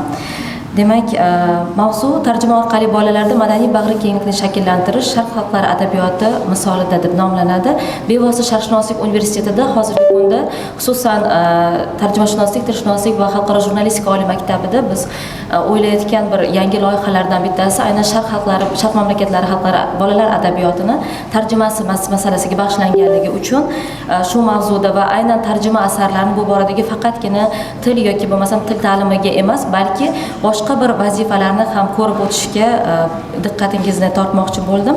Bu jumladan mana hozir Azamat aka Akbarovni ham namoyish etgan o'sha universitetlari ham, tadqiqot institutlari ham aynan Buyuk Ipak yo'liga bog'langan va biz ham kuni kecha Xitoyda o'sha bo'lib o'tgan Dunxan shahridagi Buyuk Ipak yo'li mamlakatlarini madaniy va ta'lim forumidan qaytib keldik va bunda ham aynan o'sha insonlardagi o'rtadagi o'sha diniy bag'rikenglik yoki madaniyatlararo almashinuv va insonparvarlik g'oyalari masalasida alohida bir to'xtalib o'tildi. Demak, globallashuv davrida turli millat va madaniyat vakillarining bir-biri bilan munosabatlari yanada faol tus olmoqda. Bu jarayon avvalo yosh avlodning madaniy muloqotga tayyor bo'lishi, boshqa millat va elatlarning an'analari, urf-odatlariga nisbatan hurmat bilan yondashishni taqozo etadi. Madaniy bag'rikenglikni shakllantirishda bolalar adabiyoti alohida o'rin tutadi. Xususan tarjima orqali bolalar boshqa xalqlar hayoti, madaniyati, qadriyatlari bilan tanishish imkoniyatiga ega bo'ladilar. Tarjima va tarjima asarlar doim muhim madaniy muloqot vositasi sifatida e'tirof etilgan. Tarjima faqat matnni bir tildan ikkinchisiga ko'chirish emas, balki madaniyatlar o'rtasidagi ko'prikdir.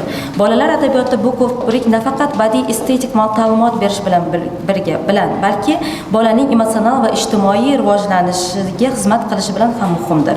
Sharq xalqlari adabiyotida insonparvarlik, insoniylik, bag'rikenglik, oqibat va ota-onaga hurmat kabi umum insoniy g'oyalar ustuvordir. Sharq xalqlari jumladan o'zbek, tojik, ozar, fors, hind, xitoy, arab xalqlari adabiyotlarida yosh avlodlarni insoniy fazilatlarga undaydigan badiiy asarlar nihoyatda ko'p. Jumladan demak, xususan Turkiya adabiyot durdonasi sanalmish Mir Alisher Navoiyning Lisonut Tayr asarida ham turli qushlar timsolida inson tabiati, fikrlar xilma-xilligi aks ettirilgan. Asarda barcha qushlar bir maqsad, haqiqatni topish yo'lida birlashgani orqali bag'rikenglik g'oyasi mujassam etiladi. Hind xalq ertaklarida turli din va millat vakillari o'rtasidagi do'stlik, birdamlik mavzusi keng yoritilsa, Xitoy xalq ertaklari va afsonalarida mardlik, bir so'zlilik, kattaga va ota-onaga hurmat kabi insoniy fazilatlarga alohida e'tibor qaratiladi. Fors adabiyotida ayniqsa Sa'diy va Hofiz kabi mutafakkirlar ijodida insonni inson sifatida qadrlash, uning millat va ijtimoiy maqomiga emas, balki uni aynan ma'naviy olamiga nisbatan hurmatni ko'rsatish muhim xislat hisoblanadi.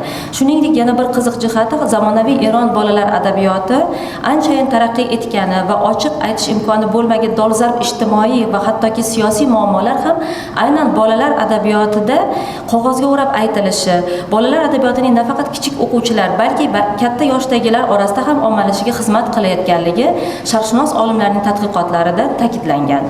Shu boisdan bolalar adabiyotiga jiddiy e'tibor qaratish, uni rivojlantirish masalasi davlat rahbari tomonidan alohida ta'kidlanayotgan bir pallada bolalar adabiyotidan tarjima asarlarni ham o'rni alohida muhim ahamiyati bor.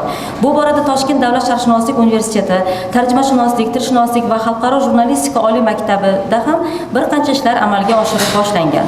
Jumladan 2025-yilda O'zbekistonda xizmat ko'rsatgan madaniyat xodimi, taniqli yozuvchi Normurod Norqobilovning bolalar adabiyotiga oid Kapalak, Judolik, Quvonchi, Chol va ilonlar, Dashta kabi 30 dan ziyod hikoyalari filologiya fanlari doktori professor Xayrulla Hamidov tomonidan nashrga tayyorlandi. O'zbek adabiyoti durdonalarini xorijiy tillarga tarjima qilish, adabiyotimiz orqali an'ana va qadriyatlarimiz, milliy xosligimizni dunyoga tanitishga xizmat qilsa, xorijiy tillardan o'zbek tiliga tarjimalar o'zga madaniyatlarni o'zbek o'quvchilariga yetkazish, umuminsoniy qadriyatlar va insonparvarlik g'oyalarining chuqurroq singishiga sabab bo'lishiga barobarida bugungi kunda jahon adabiyoti, xususan Sharq mamlakatlari bolalar adabiyotidagi yangi uslub va yondashuvlar, ustuvor mavzular haqida ham ma'lumot berishi mumkin. Bu borada ham aynan kichik o'quvchilar uchun Koreys xalq ertaklari oliy maktab talabalari tomonidan ustozlari rahbarligida o'zbek tiliga tarjima qilinib, nashr etilgan. Demak, mana shu o'rinda bitta narsani ta'kidlashni xohlardim. Aynan o'sha yaqinda Xitoydek hamkorlarimiz bolalar adabiyoti bo'yicha tadqiqot olib borayotgan professorlar bilan bo'lgan muloqotda ham ko'rdikki, Xitoyda o'sha bolalar adabiyoti rivojida yangi tendensiyalar, ya'ni masalan, o'sha asarlarda illyustratsiyalarni ko'p qo'llanishi va bu illyustratsiyalarning suratlarni aynan yozuvchining o'zi tomonidan yoki bo'lmasa unga hamkor bo'lgan ijodkorlar tomonidan taqdim qilinayotganligi, bu yangicha bir uslubda adabiyot, ya'ni badiiy asarlarni, aynan bolalar uchun mo'ljallangan badiiy asarlarni taqdim qilinishi deb e'tirof etildi va aynan o'sha tarjima asarlari orqali ham bizda ham aynan bolalar adabiyotini taqdim qilinishi, ya'ni qanday yo'llar bilan, qaysi usullarda nima yangiliklarni olib kirgan holatda nashr etilishi bo'yicha ham bir ko'rsatma bo'lishi mumkin degan fikrni aytmoqchi edim. Albatta, badiiy tarjima bilan shug'ullanayotgan tarjimon nafaqat til bilimiga, balki o'sha til ya'ni asar yaratilgan bo'lgan tilning tashuvchisi bo'lgan madaniyat sohiblari madaniyatini ham puxta bilishi kerak bo'ladi. Bunda tarjimon asliyatdagi ma'no, ruh va tarbiyaviy ahamiyatni yo'qotmasdan bolalar dunyosiga tushunarli va ta'sirli qilib yetkazishi muhim sanaladi. Shu bois tarjimaga, ayniqsa bolalar adabiyoti namunalarini tarjima qilayotgan tarjimonlarga qo'yilayotgan talablar birmuncha yuqori bo'ladi. Umuman Sharq xalqlari adabiyotidan olingan badiiy asarlarni bolalar uchun tarjima qilish orqali, demak, birinchidan ularda boshqa xalqlar madaniyatiga nisbatan hurmat va qiziqish uyg'onadi. Ikkinchidan bag'rikenglik, do'stlik, hamdardlik, millatlararo totuvlik tuyg'ulari singadi. Bu esa bugungi kun dunyo hamjamiyati uchun ayniqsa muhimdir. Shu jihatdan tarjima faoliyati, ayniqsa bolalar adabiyoti tarjimasi nafaqat tilshunoslik masalasi, balki ma'naviy, ma'rifiy vazifa hamdir. Demak, yuqoridagilardan kelib chiqqan holda oldimizda quyidagi vazifalarni ustuvor deb aytish mumkin bo'ladi. Birinchidan, bolalar uchun mo'ljallangan tarjima adabiyotlar sonini ko'paytirish. Ikkinchidan, Sharq xalqlari adabiyotidan tanlab olingan tarbiyaviy asarlarni milliy mentalitetimizga zid kelmagan holatda tarjima qilish. Va qolaversa, maktab va bolalar kutubxonalarida, oliy ta'lim muassasalarida turli xalqlarning badiiy adabiyoti namunalari bo'yicha adabiy kechalar tashkil etish. Va eng oxirgi o'rinda shu o'z mulohazam sifatida aytmoqchi edimki, sun'iy intellekt yoki bo'lmasa bugungi kunda aktual bo'lgan boshqa raqamli texnologiyalardan foydalangan holatda bolalar adabiyoti namunalarini tarjimalari jamlangan platformalarni yaratish kerak va bu muhim deb hisoblagan bo'lardik. E'tiboringiz uchun tashakkur. Yana bir bor tashkilotchilarga minnatdorchiligimni izhor qilaman. Konferensiya ishlariga muvaffaqiyat tilayman va o'ylaymanki, kelgusida hozirgi kunda biz oldimizda turgan rejalarni, nishonasini, balki natijalarini kelgusi konferensiyalarda taqdim etish, bo'lishish imkoniyati bo'ladi. Yana bir bor tashakkur. Rahmat.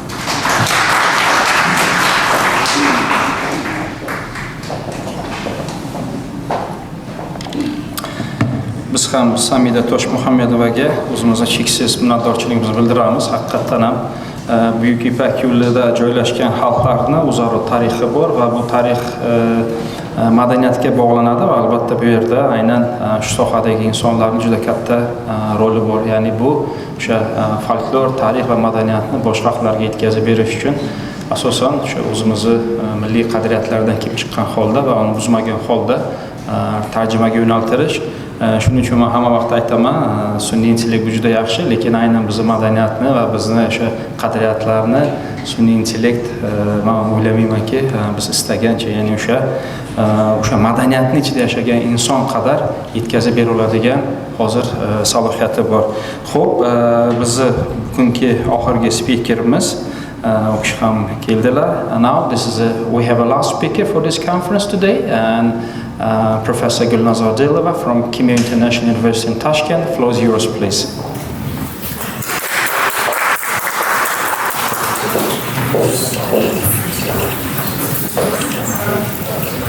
Good afternoon, dear guests, dear participants of the conference. Thank you for inviting me. So let's share my presentation about Uzbek English Gastronomy Terms Dictionary Mobile Device presentation. Next. So, we know that tourism in Uzbekistan recently developing very fast, and tourists' interest in our historical cities and different types of tourism is developing, promoting all over the world. And when I talk to tourists, I compare that these two cities are in the same age, and it's one of the reasons to visit Uzbekistan. And I worked in tourism sphere. Even I had my own tour company, Yummy Tour Travel. That's why I had to work with complaints of tourists, especially gastronomic tourists, and highlighted many difficulties in translation of gastronomic terminology. So, complaints of tourists about Uzbek restaurants menu were like non-professional Google translated texts, absence of menu correspondence, because the menu engineering wasn't researched in linguistical scale until my DC dissertation. Firstly, I investigated this sphere in Uzbek English linguistic studies, and I researched menu engineering and translating the menu. So third one is misunderstanding the menu columns, like soups mixed with pasta dishes, etc. in Uzbek restaurants. I researched more than 300 Uzbek restaurant menu on this topic. So, objectives of my study was like to identify principles of compiling culinary dictionary, because the lack of culinary linguistical tools and dictionaries, the owners of restaurants just designed the menu and the translation was unprofessional. So, and examine the challenges in translating culinary terms to explore how food vocabulary reflects in national identity. So, I give you some of examples I researched in my dissertation. Like, for example, we have the food name, it calls like it's hot snack called lamb seeds. Tourists thought that some seeds used inside, but it was kind of metaphor used in the food, and the lamb ribs, look at the seeds, they are too small, that's why the creative name of the food had misunderstanding among tourists. And misunderstandings of menu columns and translation errors. You can see or not, here we can see the column of soups where added the liquid first course meals like Kurine lapsha, for example, or mampar, or lagman, shilpildog, they are all entered in the menu column of soups. But under the word of soup, the foreign tourists understand some mashed cream soup, not broth like Uzbek shurpa or mampar or mastava, yes. That's why lexical semantical differences in the same dish category in menu of soup, because we understand this food when we think about soup, but tourists cannot imagine that soup can be with a lot of ingredients, and they accept like mashed cream-like soups, mashed mushroom or potato or something. So, and I researched the challenges in culinary translation, and I came across with the lack of exact equivalents, culture-bonded terms and idioms, need for footnotes and cultural annotations. Because when you visit our authentic restaurants, it's great pleasure not just eating something, but having some information about our authentic food, because we have rich culinary traditions, and food is not just eating stuff, but it's part of our culture. Then it will be more interesting if we add our menu and specific tourist-oriented restaurants in menu. So. Then I created first Uzbek, English, Russian gastronomic glossary, and it's every restaurant or translator can upload from for their Android from internet. It's free for using, and tourists also can upload this. And usually I focused on, when I compiled this dictionary, I focused on translating Uzbek food into English using specific gastronomic terminology, and how I listed the contents of mobile dictionary. First chapter was names of ingredients, second was kitchen items. They are also important when citing, when defining the menu, the recipe of the food. It's important used items also, and verbs used in cooking process, because tourists should know how it was cooked, a little information in menu, and adjectives using in cooking, and time, measure, and special definitions. So I created many subgroups, like a name of ingredients, for example here, greens and herbs, green vegetables, specific cheese. In Uzbekistan, I want to highlight that in many restaurants they serve homemade cheese, and from Uzbek national products. And cheese and dairy products, like artisan cheese, it's more important for highlighting that our restaurants serve organic food. And in many menus, I saw that the greens were written like greens. They didn't explicite the name of the greens, and I added this chapter because Uzbek people in Uzbekistan, we have different categories of fresh. They are very organic. They can also attract tourists that eating fresh greens, and I think that in menu definitions, restaurants should state what kind of green was used there. It can avoid some allergic problems also. Because, for example, Turkish tourists, they don't like dil, kashnich, they don't like this. They have allergy for kind of green, and that's also important. And subgroups, like a name of ingredients and kitchen items. So kitchen items are very important because, why? Because in many cases that I studied, tourists ordered big pilaf in big plate, but they thought that it's one portion. Yes, it's one portion for Uzbek guys, but they can share 4 or 6 people one big plate. That's why how it was cooked in big pots or not.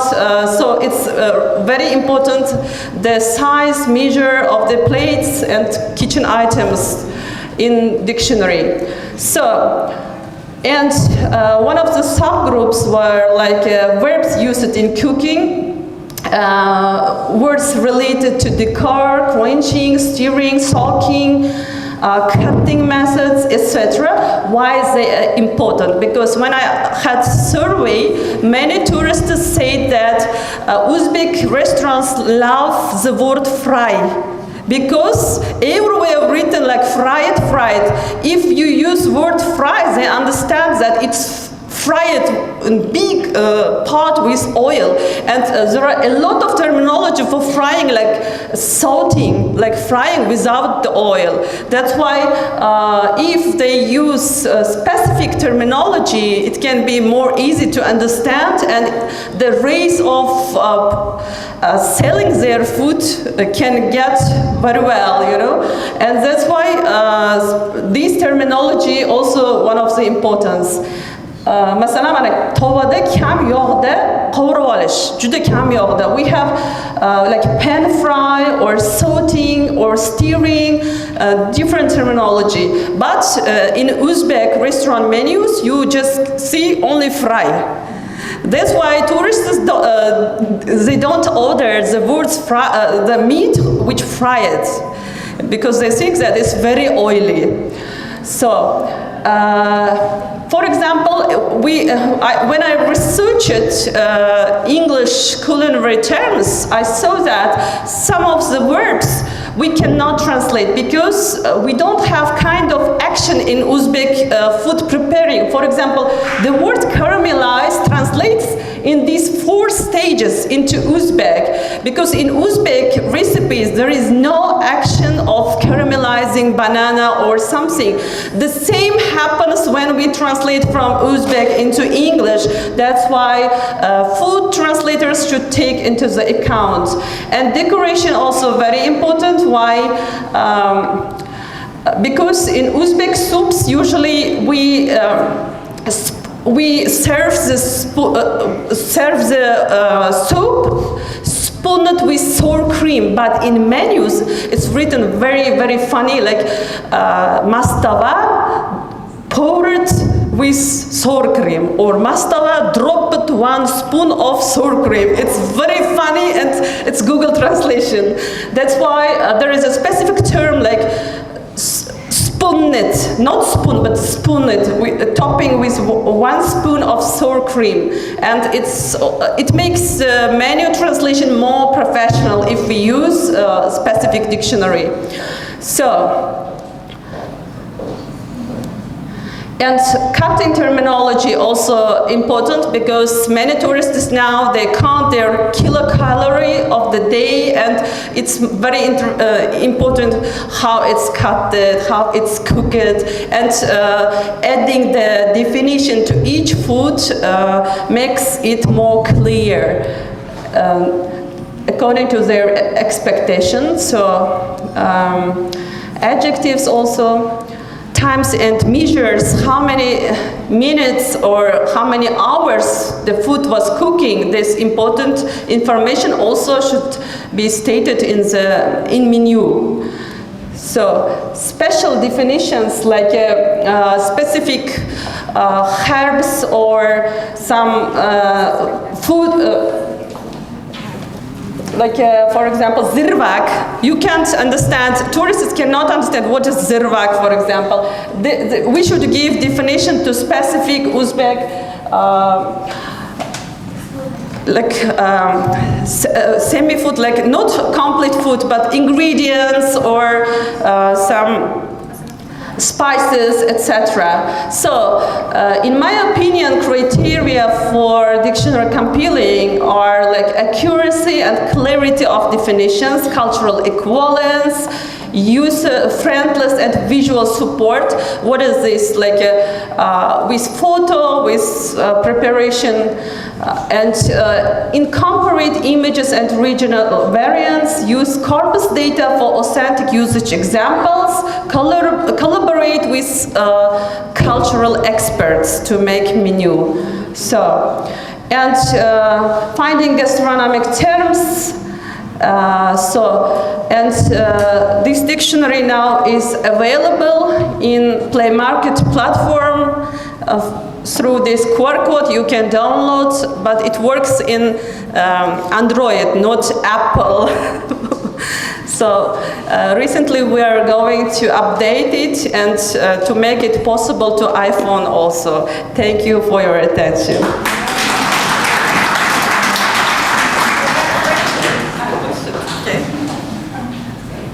So this is a very interesting topic for me. I have a collection of about 20 cookbooks from Uzbekistan. And there's one question which I've never found an answer to. What is jizz? I cannot find an answer. Okay. Jizz is deep fried mutton fat. Is it the fat or the meat? You mean jizz? Like jizz barmak. Jizz barmak? Jizz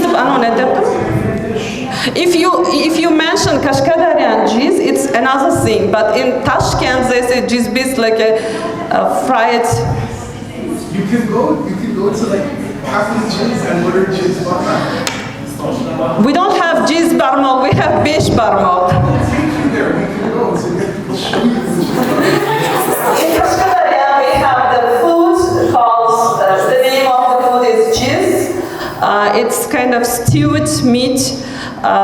If I explain your preparation on not heated oil, they add the cubed meat, especially its lamb or mutton, and add 1 cup of water and stew 6 hours. 6-8 hours. It calls jizz. It's kind of stewed, very, I can say not digestible for foreign tourists meat, but our lovely meat. Thank you.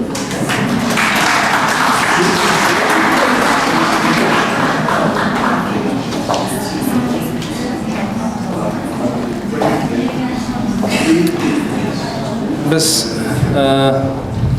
maxsus aynan mana shu prezentatsiyani tushlikka yaqin vaqtga joylashtirdikki, insonlarning apetiti ochsin, ya'ni ovqat qanchalik bizni hayotimizda muhim ekanligini ko'rsatish uchun ham aynan prezentatsiya bilan, ya'ni bu this is not just a coincidence to schedule the last presentation very close to the lunchtime, because we had a very nice discussion about the food. So, you know, I mean,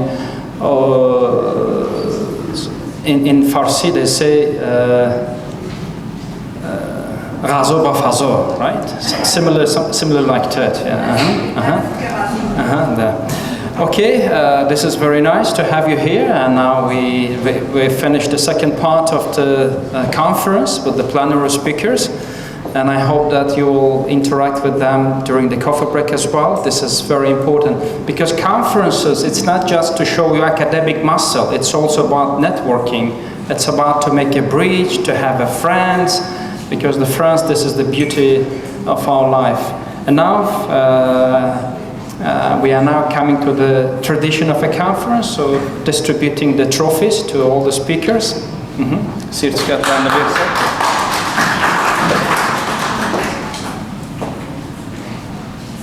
Yes, first come, first served, Dr. Arzu Mammadova.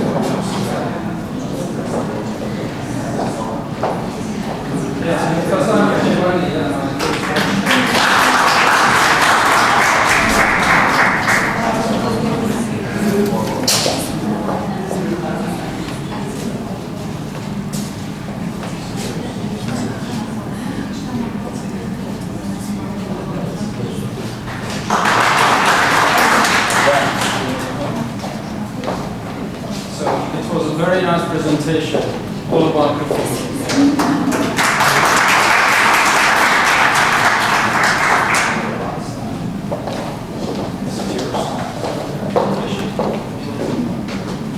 Çok da şokirovat, yes.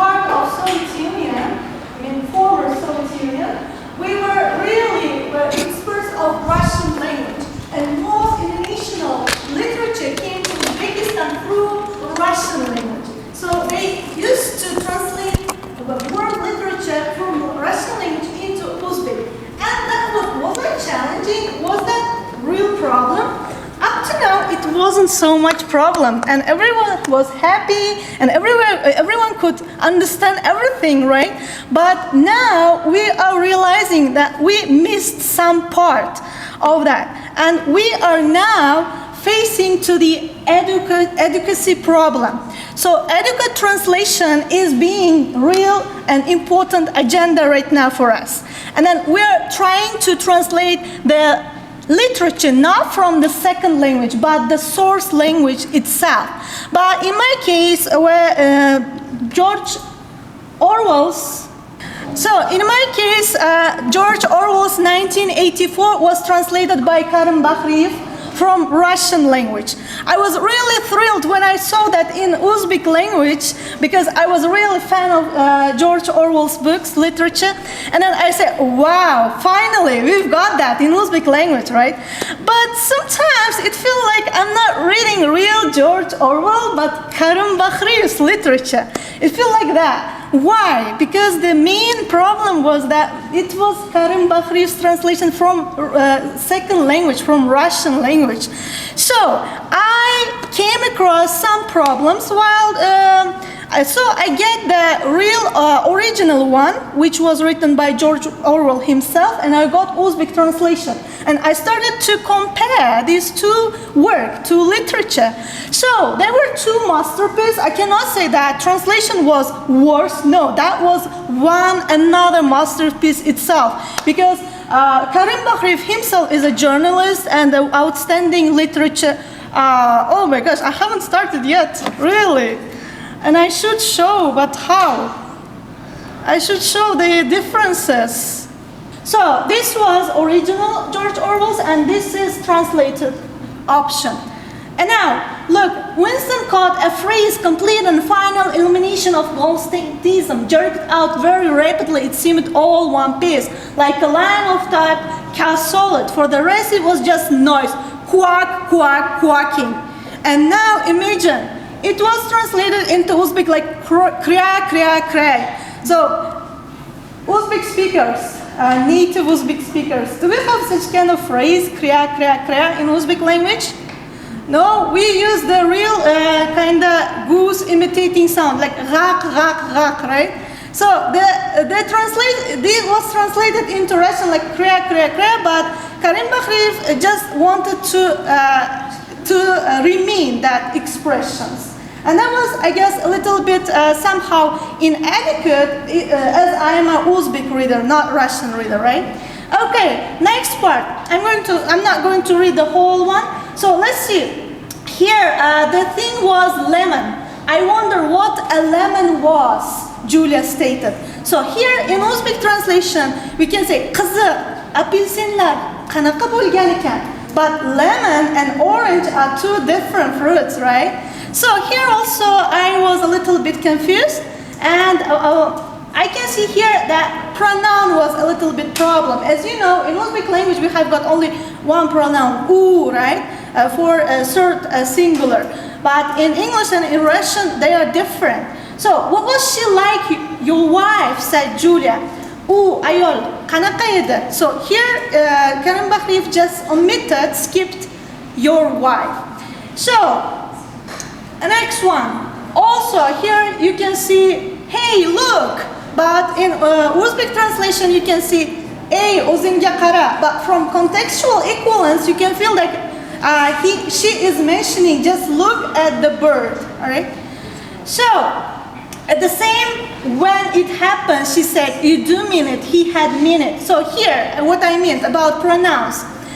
So, o'sha paytda Julia, sen aynan shuni istagansan, unda aynan shu istak paydo bo'ldi. But we don't know about whom Karim Bakhriev is talking. Is it about Julia or about Winston? So here I would suggest alternative, like clarifying. Winston da shu istak paydo bo'ldi. And we can see a lot of such kind of difference, while if you try to compare the real one with the translated one, you can also feel like that. So I'm making my presentation short because they are showing the time.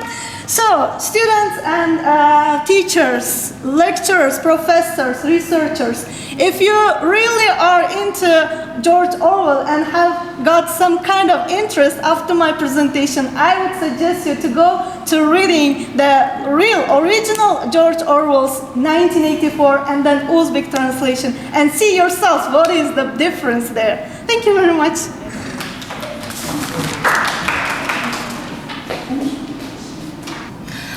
Good morning, dear colleagues, dear students and guests. So I'm Zipo Isakova and I'm teaching philosophy of leadership and management at the Webster University. And today, me with my student Laila Kurbanbayeva, we are delighted to present our work on cultural meditation as strategic leadership in global affairs. So the topic will be integrated topic, not purely linguistic.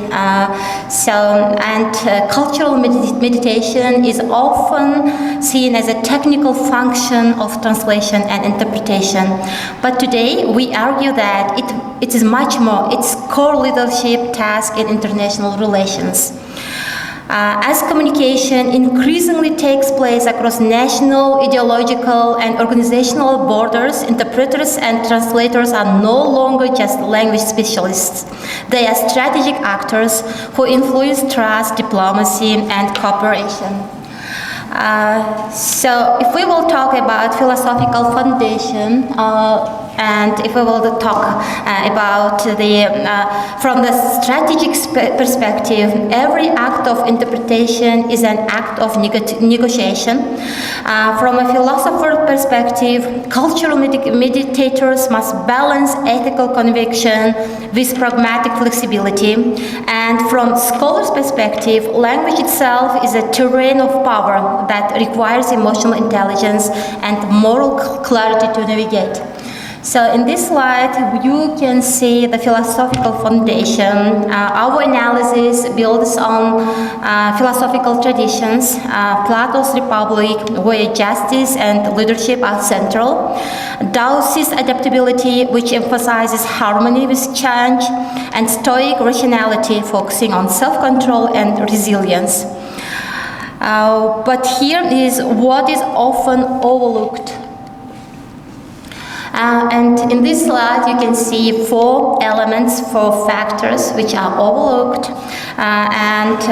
One of them is institutional power and systemic bias. Even with good intention, meditation can unconsciously reinforce dominant narratives. If we will talk about emotional labor, the stress and ethical fatigue of interpreters often go unrecognized, even so they carry the burden of bridging cultural devices.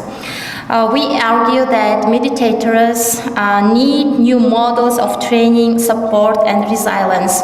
So from next slide, I would like to invite to present my student, Laylo Kurbanbayeva. Her specialization, her major is international relations. So yeah. Good afternoon, esteemed colleagues and guests. It's a privilege to present our joint research on cultural mediation as strategic leadership in global affairs. I'll focus on the international dimensions of cultural mediation and its growing importance in today's interconnected world.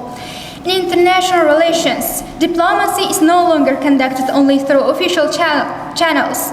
Every act of interpretation or translation is in many ways act of negotiation. Cultural mediators, interpreters, and translators do much more than carry words across the language. They help to build trust, manage conflict, and shape perceptions across borders. In this sense, they serve as informal diplomats, exercising a subtle but powerful form of soft power. Yet, despite their importance, there are challenges that are too often overlooked. Systematic bias can lead mediators to unconsciously reinforce dominant narratives instead of bridging divides. International communication can silence smaller or weaker voices, placing a responsibility on mediators to ensure that diverse perspectives are heard. Beyond that, there is emotional labor. Interpreters working in high-stake negotiations carry an invincible and ethical burden, which is rarely acknowledged but profoundly significant. These dynamics become clear when we look at the real-world context. In diplomacy, cultural mediators help prevent misunderstandings that might escalate into conflict. Within international organizations such as United Nations or European Union, they ensure that perspectives of smaller nations are represented fairly and not overshadowed by larger powers. In global business, they safeguard against cultural missteps that can derail negotiations and cost millions. In each case, mediation provides to be not merely supportive, but decisive. This is why training for cultural mediators must extend beyond language mastery. It must incorporate philosophical reasoning for ethnic clarity, leadership skills for strategic vision, and global awareness for navigating power dynamics. Only with this broader preparation can mediators step into their true role as strategic leader in global affairs? To conclude, cultural mediation is not just technical function, it is strategic and ethical responsibility that shapes the international order. Thank you for your attention. If you have any questions, you are welcome. So, good morning all of you, good afternoon all of you. Before they get to setting this up, let me start with a small thank you to you. It was a good presentation. I'm not a linguistics person, I'm not a translation person, I'm not into that realm of English literature. I have a master's in English literature, but wherever this linguistics and translation related conferences happen, I try to be there because the kind of perspective that you people generate is just mind-boggling. You know, it's like, it's completely different world. You talked about translators being universal, more universal than the authors themselves. This is true. There are two Nobel Prize winners. One is an Indian guy and another is an English guy. W.B. Yeats, 1913, I guess he got his Nobel Prize. He translated one of an Indian poetry, and he got it for that. Likewise, Rabindranath Tagore, who got Nobel Prize after him, he translated Yeats's poetry and he got it. So it was good. I mean, the translation itself was so dense, so rich, so nice that people felt it is worth a Nobel Prize. Point one. Point two, I'm very thankful to Professor Akbarov for having let me slip through this conference, because my conference is not related to my paper is not related to linguistics or to language. It is somewhat related to education. One of the themes in the conference was about education, so I'm going to talk about education. And this presentation is privileged from the fact that I work as a management consultant, I run a management consultancy, and we have offices in Bishkek and Astana, Almaty. Also, I operate from Tashkent, and incidentally, I'm also a professor in Webster. I teach in Webster. I also teach here in the Samarkand filial of Tashkent State University of Economics and Samarkand Dalat University. I run this company called Lemon Bridge Research. So, quite a lot of things. So to take you to the background on why exactly this study, I come from IT industry. So I have spent a large number of years in the IT industry. For almost 2 decades, IT industry was like trying to impress upon the fact that digitalization and technology intermediated pedagogy is important for higher education. But higher education is like, no, we don't care about technology, right? So we could change automobile industry by digitization. We could change any industry that you can think of, be it insurance, be it finance, be it automobile, be it banking, anything. We have changed everything. But every time we would go to a university and say, listen, technology is required, they would say, far off, back off. Okay. COVID has come as a boon for us.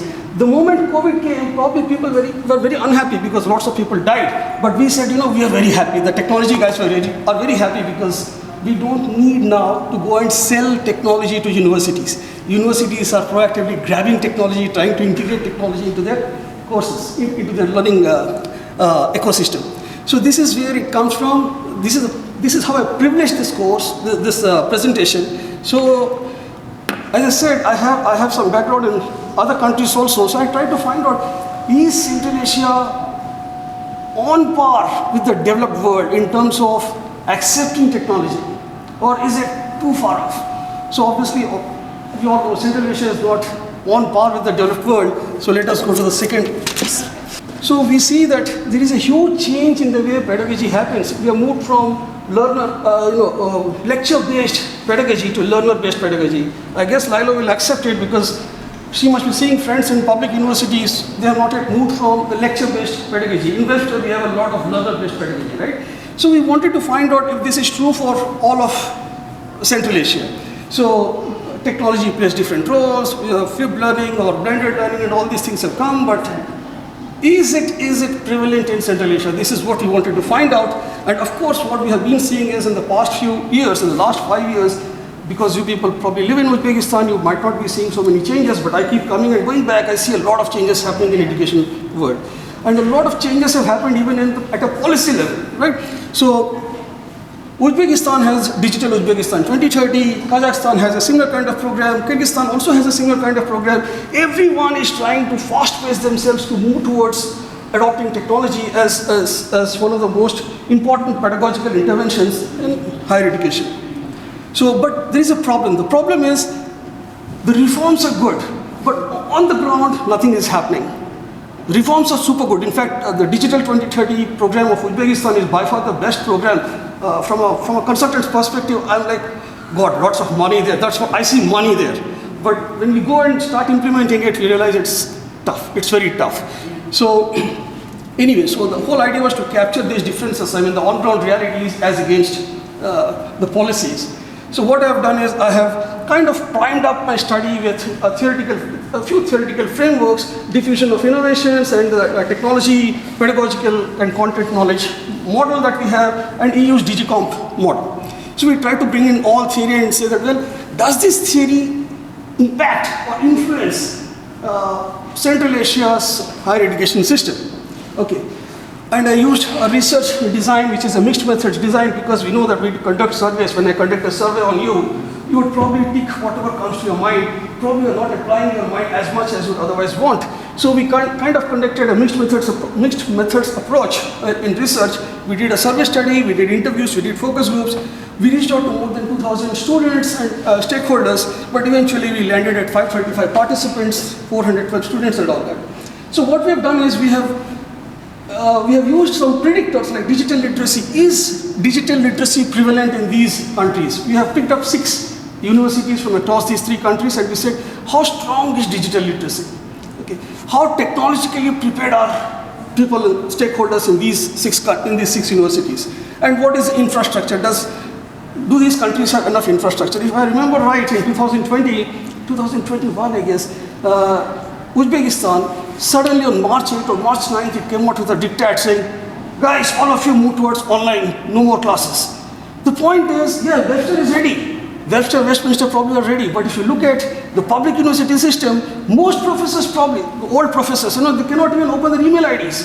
How do they migrate directly to technology? Impossible. Point 1. Even if they could have propped themselves up and moved up, they would have realized either the infrastructure is not good, there is no good, there are power cuts, and the power cuts are there, IP is not working, internet is not working, right? So lots of challenges. So we wanted to figure out if this holds true for all the 6 universities that we looked at, right? So anyway, these are statistics.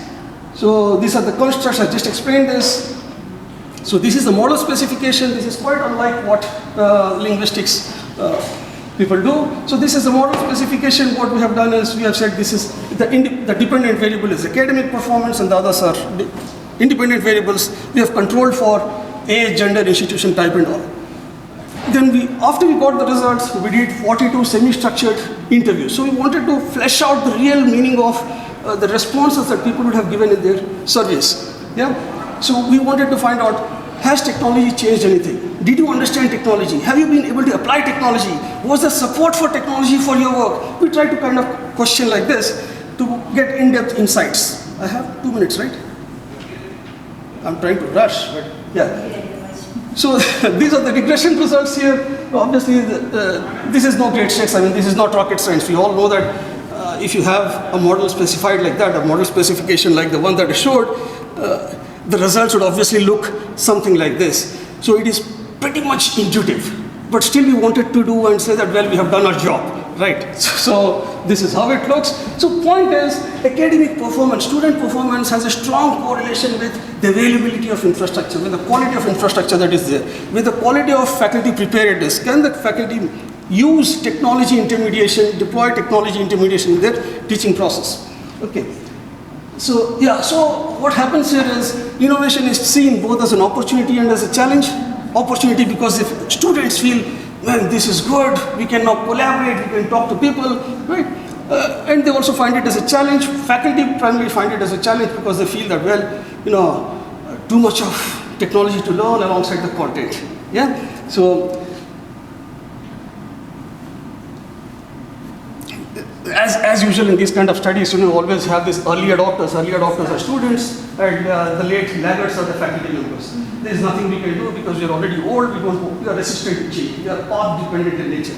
right? So this is how it is, the study is, and the point I'm trying to make is this is not great rocket science, this is pretty much intuitive, but we wanted to figure out if this intuition really holds good when you actually do a kind of empirical study.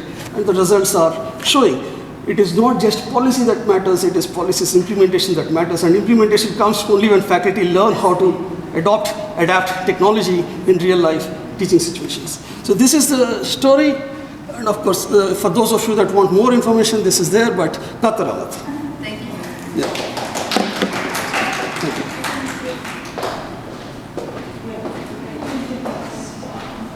Good day, everyone, dear participants. I'm very glad to be here and to present my presentation.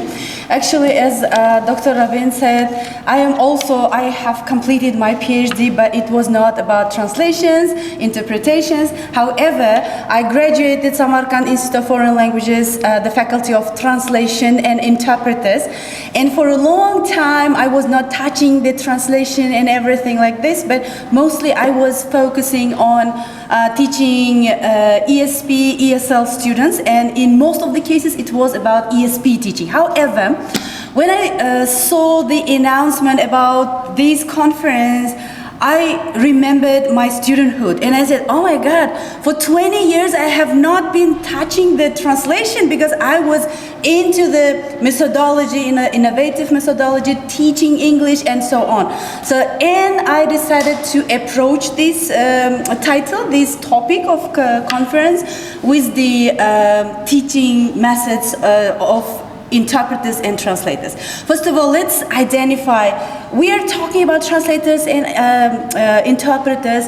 Are they different? Okay, so interpreters, yeah, obviously they are, what do they translate? They are mostly focusing on spoken language, right? They are translating the spoken language, they're doing the synchronic translations, while translators are mostly focusing on written translations, right? So, and before starting my presentation, I would ask you one more question. Don't think that I'm a very annoying person asking questions all the time and making you think.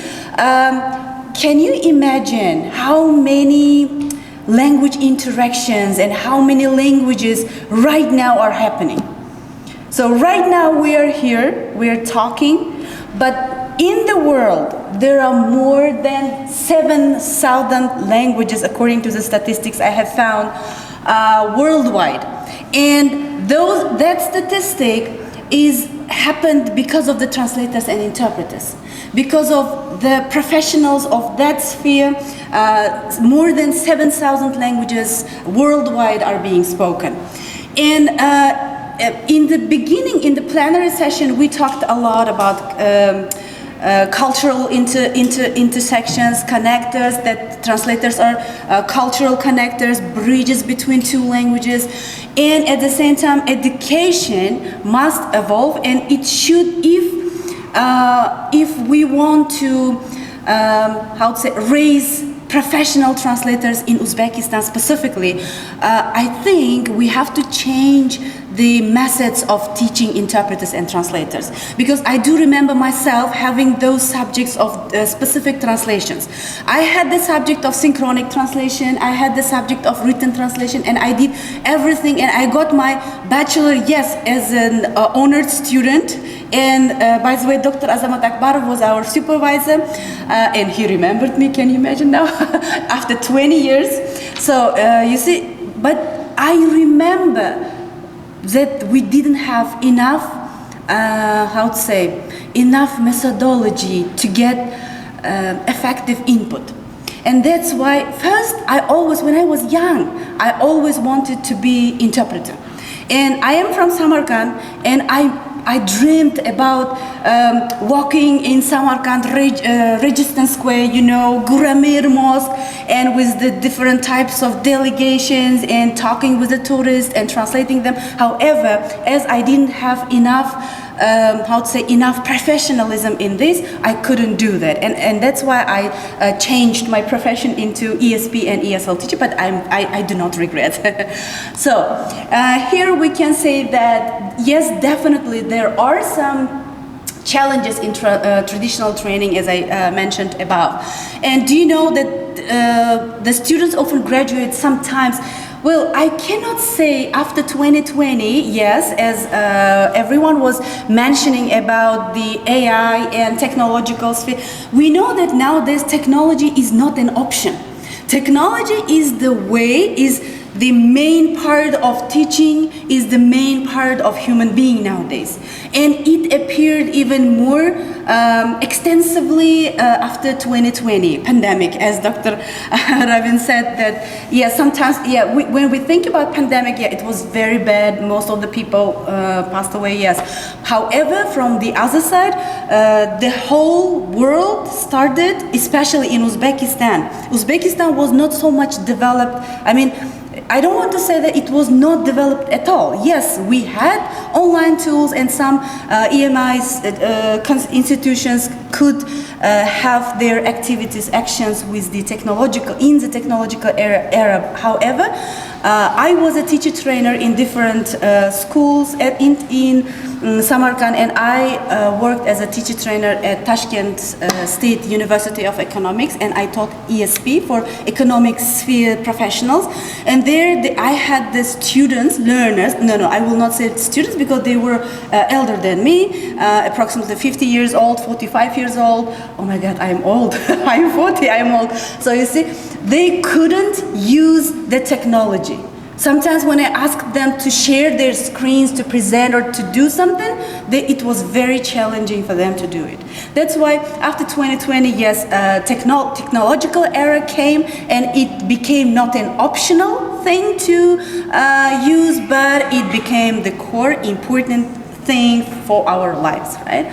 So why reimagining language intercession? Because yes, it was mentioned, and I'm not going to stop for a long time on this slide.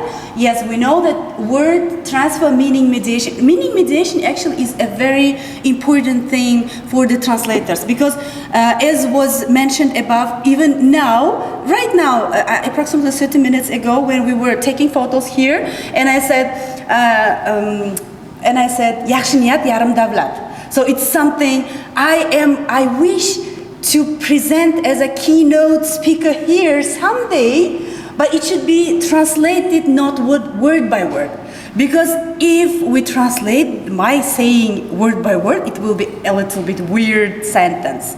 So you see, that's why translators should be very aware of meaning mediation, which is very much important. And here we have definitely cultural competences as core, and interpreters bridges. They are not machines. So it means interpreters are not to learn and to know everything, because we are human beings. I myself can sometimes forget some of my own and very close things. That's why, so interpreters should, I don't know, maybe focus on one sphere. For example, the translators, if they're translating specific fictions, let's say literature books, they have to focus on the specific learning and training themselves how to translate the fictional books or different genre books and so on. Here again, every slide I have kind of a saying: translators don't just translate language, they translate people, because you know that technology, yes, it can translate the words, it can deliver the information, but it will not be able, as was mentioned above several times, it will never deliver the person's emotions, right? And you know, I am always very aware when I'm writing someone the letter, because the person who got my letter and who is reading it, he will not be, if I choose inappropriate words or not kind of matching words, the reader can understand my message in a wrong way. Sometimes, for example, if I am crying and writing, and the reader will understand, oh my God, he's cursing me, something like this, or vice versa. If I am very happy and I want to express my happiness through my message, if the words are not chosen appropriately, and if, for example, the translator is delivering one language to another inappropriately, definitely it can be kind of a very total disaster, in my opinion. So here, yes, we have innovative pedagogies. Actually, I know that you know all these kind of activities, because we use them all the time during the classes. They are real projects, real stakes, live role plays and simulations, and peer collaboration. And here I have one more question here for you. If you have short answer, you're welcome. What if translation training felt like a rehearsal for the United Nations? So can you imagine that kind of the translation is all the time happening everywhere? Even, let's say, even in the classroom, in Uzbek classrooms, Uzbek students, one Uzbek student speaking in Chinese, let's say, and the other is translating into English, let's say, for example. It will be very good, and this is the future of translation. It should be the future of translations, because the interpreters, they play a huge role, not only in every aspect of life, especially in the policies as well, yes. And this is the fact, 80% of professional translators now use at least one digital tool daily, all the time. So here we have, the main important thing I wanted to come is about the interdisciplinary approaches. Yes, definitely the translators should have interdisciplinary approaches as well. So strong professional profile, physiology, memory focus. It's very important, because translating is not mastering the language only, okay?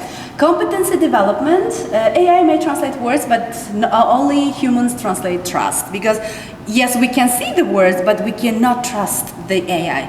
But when we see the eyes of the person who is talking to you, you can look at him and you can believe him according to his facial expressions, right?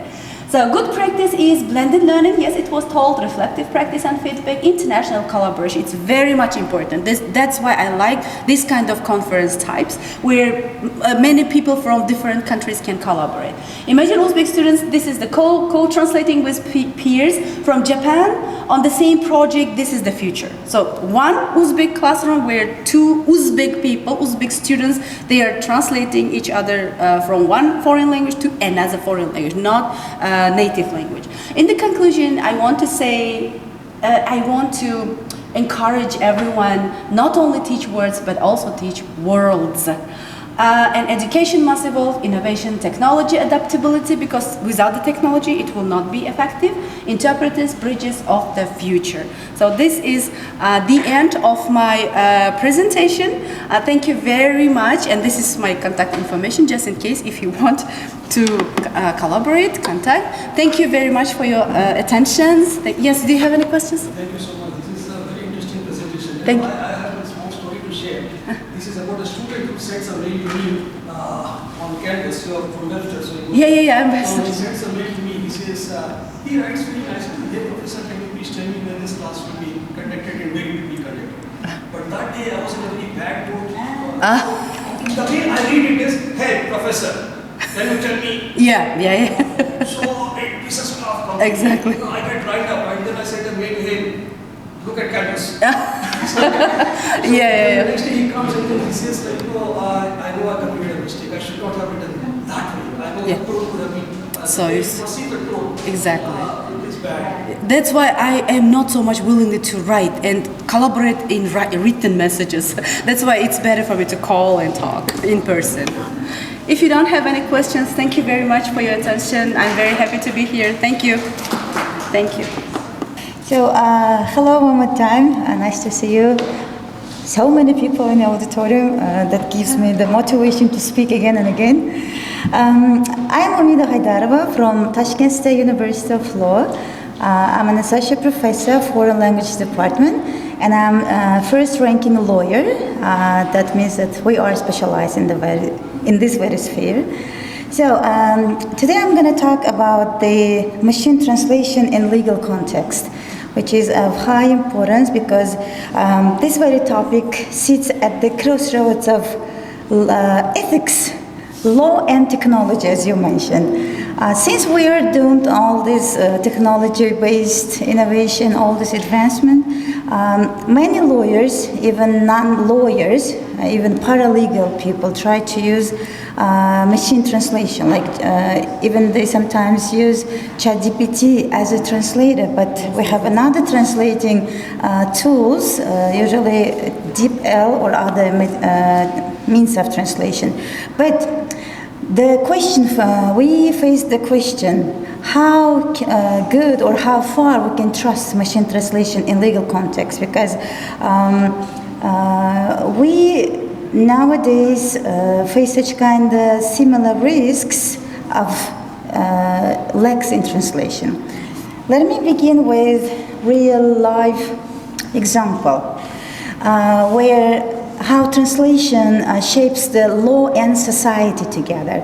So in 1840, the Treaty of Waitangi was signed in New Zealand between the Crown, the British Crown, and Maori chiefs. This is the word Maori chiefs. But when they signed it, it was in English and was translated in Maori as well.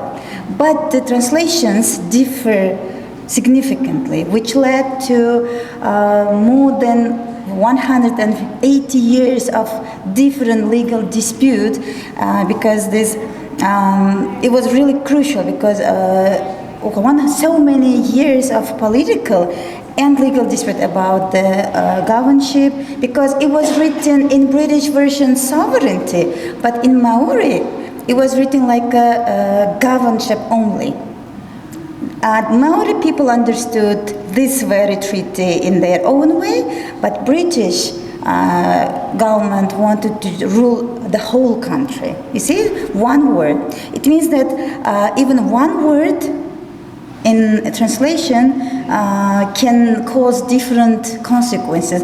For instance, one mistranslated clause in contract law can impose unexpected obligations, or sometimes can lose the protection, very serious protection in contract law. We know that usually why contract is signed, because they want to ensure the security of their obligations, how they fulfill their obligation under the contract they sign. But we know that machine translation is very fast, cheap, and widely accessible. But they are not fully reliable. That's why here's the question rise. Unlike general texts, legal documents need certainty. They demand certainty, because even a small error can lead to litigations, to financial loss, or just injustice. That's why intersection between the translation, machine translation, and law needs crucial consideration. Today I'm going to talk about very crucial three challenging key areas: accuracy, ambiguity, and accountability. These are pillars, the pillars that they show that they are very essential in the forming the legal context. So these three words determine whether machine translation can be integrated into legal practice. Let's see them each in turn. Okay. So accuracy. Accuracy, as we can see here, it's specialized terminology. So legal is very specialized area and cannot be understood as the daily vocabulary. So it means like, for instance, if we take consideration in contract law. In English law, consideration is something exchanged between parties in something of value. But in Russian or Uzbek, we say consideration рассмотрение, yoki ko'rib chiqish. And in general, MT, there is machine translation, gives is as thoughtfulness or kindness. You see, so it hinders, it just strip the legal term of their meaning, of their precise meaning. Estoppel. Estoppel, sometimes mistranslated just translating by stop only. But in contract law, it refers that someone being stopped or going back on their promise. Because the promise in contract is the consideration, and they must follow all these rules under the contract law. And mens rea, it's rendered as thought rather than criminal intent. Here we can see how this is very essential because for legal practitioners, they can understand the difference between enforceability and invalidity. They can go tangential in this way. So, ambiguity, what is this? We know that legal language is notoriously complex, even for a human being. So you can imagine how MT can collapse subtle distinction. For instance, and best endeavors, pretty different from reasonable endeavors in the legal context. And sometimes, frequently it translates these best endeavors and reasonable endeavors the same expression, leaving the real legal meaning of the word. And cultural and legal tradition also complicate because sometimes this can be rephrased differently in civil law and common law, which is like adversarial system and inquisitorial system that different cultures usually take. But Uzbekistan usually takes the hybrid system of these two legal jurisdictions. And sometimes we can see that machine tries to bridge the gaps, but nuisance in law is very essential. Nuisance means every single detail must be considered very scrupulously. So, ambiguity in practice, even in the courtroom discourse, is very dangerous because the witness statements can be distorted. You see these two sentences: I saw him near the car, and I saw him in the car. So if you look at this, these two sentences could determine the guilt or innocence. So machine lack the pragmatic awareness. Pragmatics usually works in human brain here. So, and courts usually depend on concrete and accurate interpretation. And usually MT doesn't guarantee it.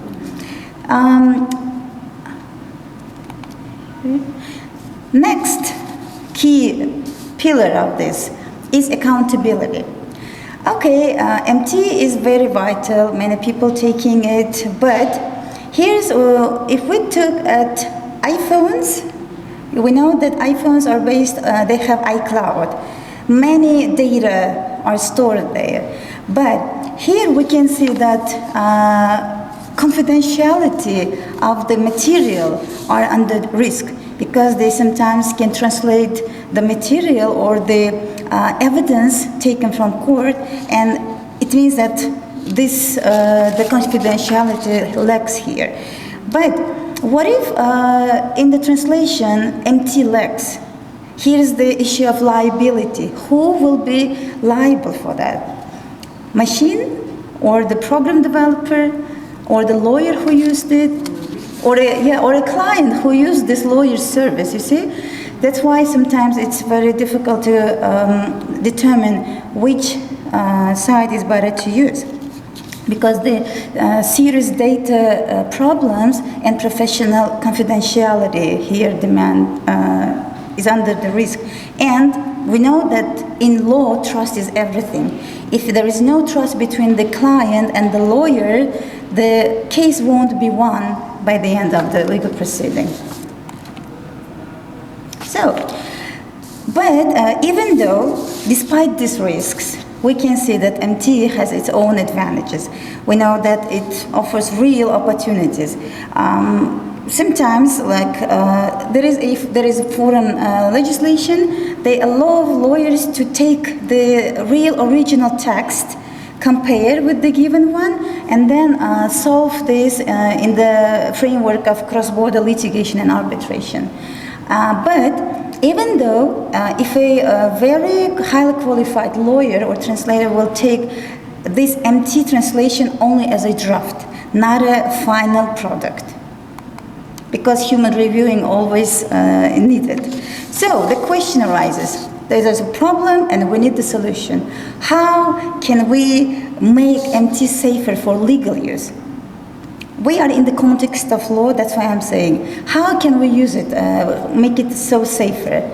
We have legal translating, and we need post-editing, reviewing again and again, even taking one word, comparing in different jurisdictions. When we teach law students, and then we give them one legal term, and we ask them to just look up. Google yourself, this is your task. Even though when they Google, they cannot understand or comprehend the meaning itself. Then we as a legal English teachers try to help them. And there must be specific regulation. There must be a set of rules how to regulate all this MT process, because the accountability must be imposed on somebody, because the client suffers and who will be liable in this case. And always check the quality of all this by setting all these regulations. So these all safeguards won't eliminate the risk, but we can make MT more reliable in our everyday use as a support tool, of course. So key message that I want to give you for today: machine translation is a tool and not a replacement. It can enhance efficiency and access, but it never replaces the human expertise. In law, accuracy, ambiguity, and the accountability are non-negotiable. So it means, like, if we compromise on this, then we compromise the law. And I just want to close with one line here. Justice depends on language. It doesn't matter what language it is. So if it is, if it depends on the language, then we shouldn't and we mustn't leave the language alone. So language cannot be left to machines alone. Not taking and putting it in your process. I mean, in the process of legal practitioners or in the context of non-legals. So this is the end of my presentation. If you have any questions, and these are my contacts, I am everywhere on all social networks. You can just scan and you can find me there. Any questions? I'm welcome to answer. Yes? Okay. Ladies first. Thank you. Actually, yes, in my experience, teaching experience of ESP, I used to teach economic students only. But once I had to substitute one teacher who teaches jurisprudence. Okay, legal English. Legal, yes. And you know, it was really difficult to teach them because every word can play against you. Yes, of course. No, this is like this.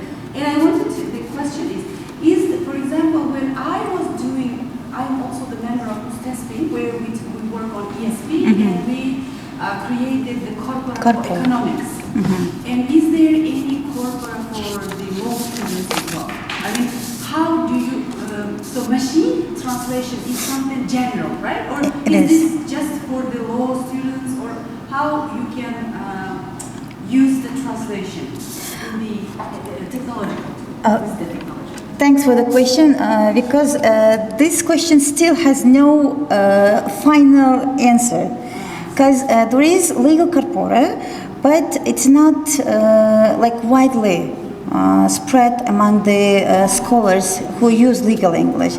Because legal English itself, if we take Uzbekistan context, only law university teaches legal English. We conduct legal English, but the other universities throughout Uzbekistan, they have one faculty, and the cadres and all teachers are not of high qualification, because we have our accredited center that prepares for TOLES. We have the center which we take TOLES. TOLES that you asked me in the morning. It's a test of legal English skills, right? And we try to work on this legal corpora. We're still in the process, but while translation, we don't rely on one source only. Because usually you can find, we translate the words with our students. For instance, if we take break a rule, it means like infringement. You don't follow the rule.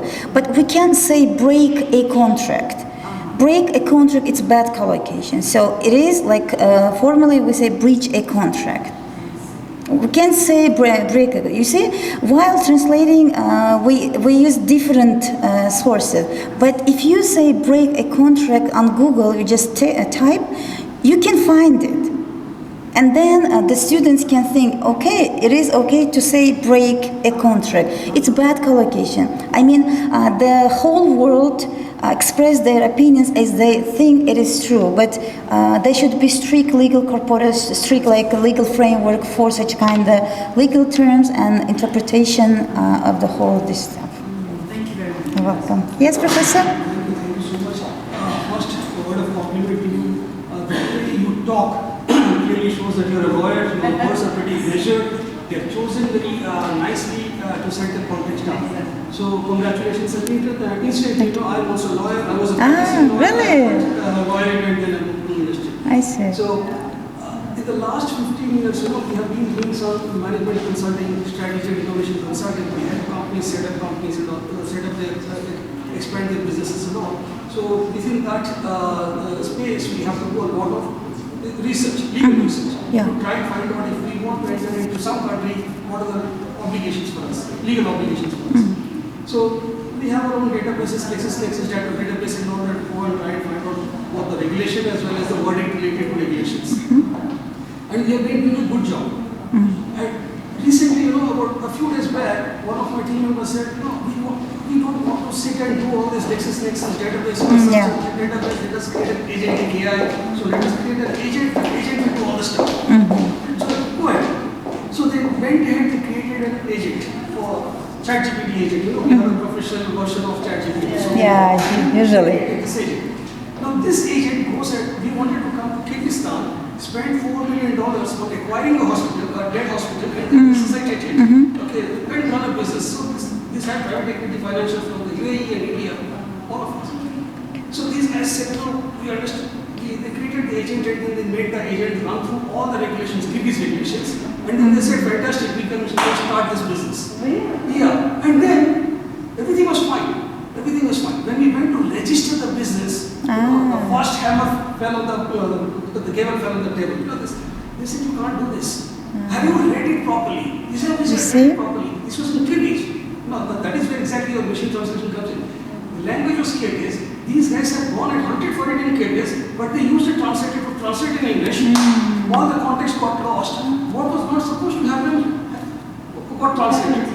And then these guys go and file a documentation saying that with the register of companies saying we want to start this company, and that guy says, have you gone mad? Yeah, of course. The system of ways of Kyrgyzstan, and we are working in contravention of all the rules. Again, we go back and read, we get a proper, then that is when we realize that we have to hire country lawyers, guys like us from outside cannot do much. So we hire a proper Kyrgyz lawyer. He reads it and he says, you could be a lawyer, but you're a very bad lawyer. You should not do this. Yes. This is the problem. Machines can translate, but then the context is not break and pitch. You see?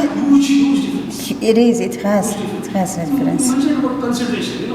From an economics perspective, we look at consideration in terms of value. Maybe money, maybe service. From a thoughtfulness perspective there. Huge difference. We don't realize it. Ordinary laymen cannot realize the difference that these words make when machine translates. Because when they translate, for instance, if we take consideration, the Google gives the thoughtfulness, many people think, consider and say something. But in contract law, consider can be money, exchange of something, or the service offered. This is a consideration because promises, two parties promise to give something. If I sell you my cell phone, you give me, buy my cell phone, you give me money. Money is consideration here. Okay, it's not that consideration in general English context. See? So about the translation. So there were so many cases actually. For instance, the case of Pepsi Cola with the customer. There was a litigation where the Pepsi Cola just advertised that if you gather so many points, you can buy the jet. I'm sure that you know. Yeah, you can buy the jet. Actually, that was a bit humorous, but he spent so many time. He collected all these points, but they said no, it was just a humor. This is marketing to attract the people, to bypass all the time. There was a litigation, they lose the case, then there was appellation, but he lose the case, he didn't win. Another about comma, one comma changed the whole contract. It was about delivery, unless the comma was put before unless. And it changed the whole meaning of the one clause. Because when usually the contract is drafted, lawyers are involved to write this. Because even two parties want to sign a contract, they want to be legally binding, they can't write. They have their own wishes, but this is the lawyer who writes every single detail in a clause. That's why while drafting, a very professional lawyer must be.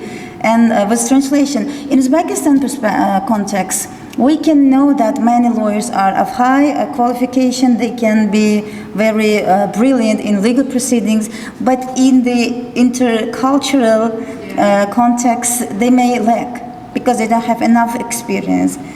But we're happy that we're seeing so many students who graduate from our university. They are forming law firms, they're working together, and they have this kind of services as well. But I love my university. I love my like specialty because before I taught engineering, architecture, mechanical engineering, and then I transferred to law. But it's been almost 20 years I'm working on this field. Thank you. 3 weeks back, Sam Altman, OpenAI, the ChatGPT guy, 3 weeks back he makes a statement saying that in the next 1 year's time, we will not need lawyers, we will not need medicals, we will not need doctors. And as a lawyer, I can tell you, as not now a lawyer, as a practicing lawyer, I can tell you with a lot of confidence that it's very easy. I mean, if you want to get verdicts, if you want to just collate all the verdicts and create some sense out of it, ChatGPT does a wonderful job. Of course, yeah. But there is but always. There is always that but. If you're going to interpret and write something or see these summaries, you know, the kind of problem we face in Kyrgyzstan is one of the problems we have because we had this experience. Yeah. But ChatGPT, you see, it's advancing. Like it was ChatGPT 4 now, there is 5. Soon will come another more advanced. We can use it as a tool. It's not like very reliable source. We had Law Spring this year in May. We have once in 2 years. It's Law Spring. The whole world lawyers, the stakeholders come, and we have it in Tashkent. Maybe next year you can participate as well. We can take our contacts and I can share. They're asking AI. It was about digitalization. Who is AI for you? Who is AI? Who is GPT for you? I'm saying, I'm better than this. He's my advisor, he's my helper. When I need some elementary stuff, I don't want to spend my time. I just give ChatGPT. I use it, but very rationally. It also hallucinates, you know. It helps. It hallucinates, ChatGPT hallucinates. It gives you a lot of information. It gives you case verdicts which probably never happened, you know. I see. Fake verdicts. So you have to look always check. And find out whether this happened or not. But there is always warning. You must check the reliability. If something happens, we can sue. We cannot sue ChatGPT because it wants. Yeah. And what is worst, when our students, I work as at the foreign language department, and I work as a rector's counselor on women issues simultaneously. My girls sometimes are like, they have some problematic situations, and they begin talking with ChatGPT, like telling their secrets, telling their all concerns. And I want them, this will be stored, this will be saved there, and that will be used against you. I don't know, but in the future. That's why be very cautious on what you write or type on ChatGPT line. Thank you. I had really interesting talk with you.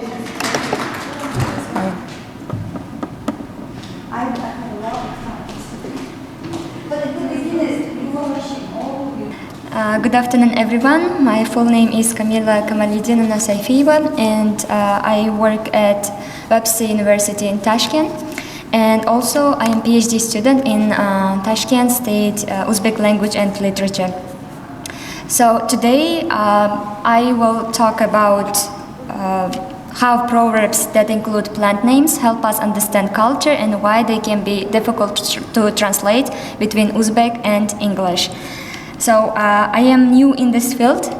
No, that's why I hope you're understanding if something goes wrong, because I'm new researcher and I started my research very recently. So why proverbs? As we know, like proverbs are short sayings that carry lessons about life.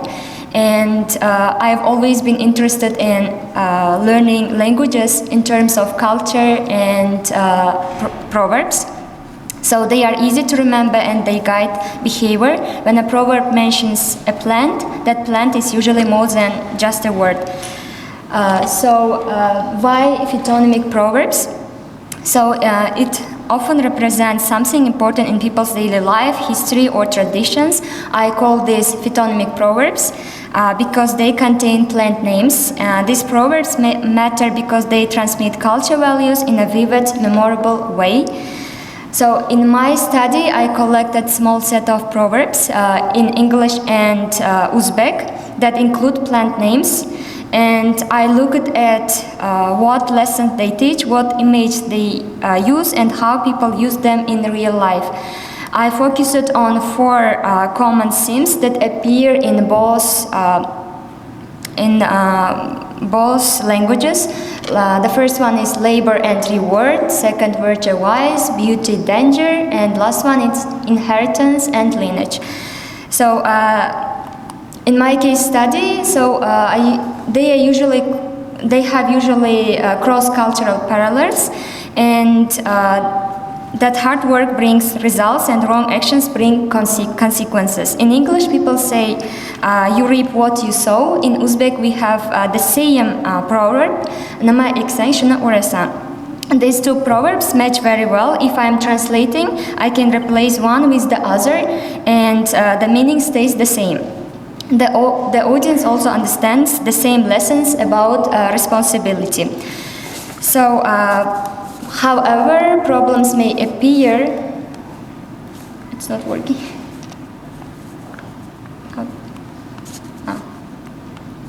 However, problems may appear when each culture uses different plant names. For example, in Uzbek, we have oriental plant that's called chinar, and we have basil.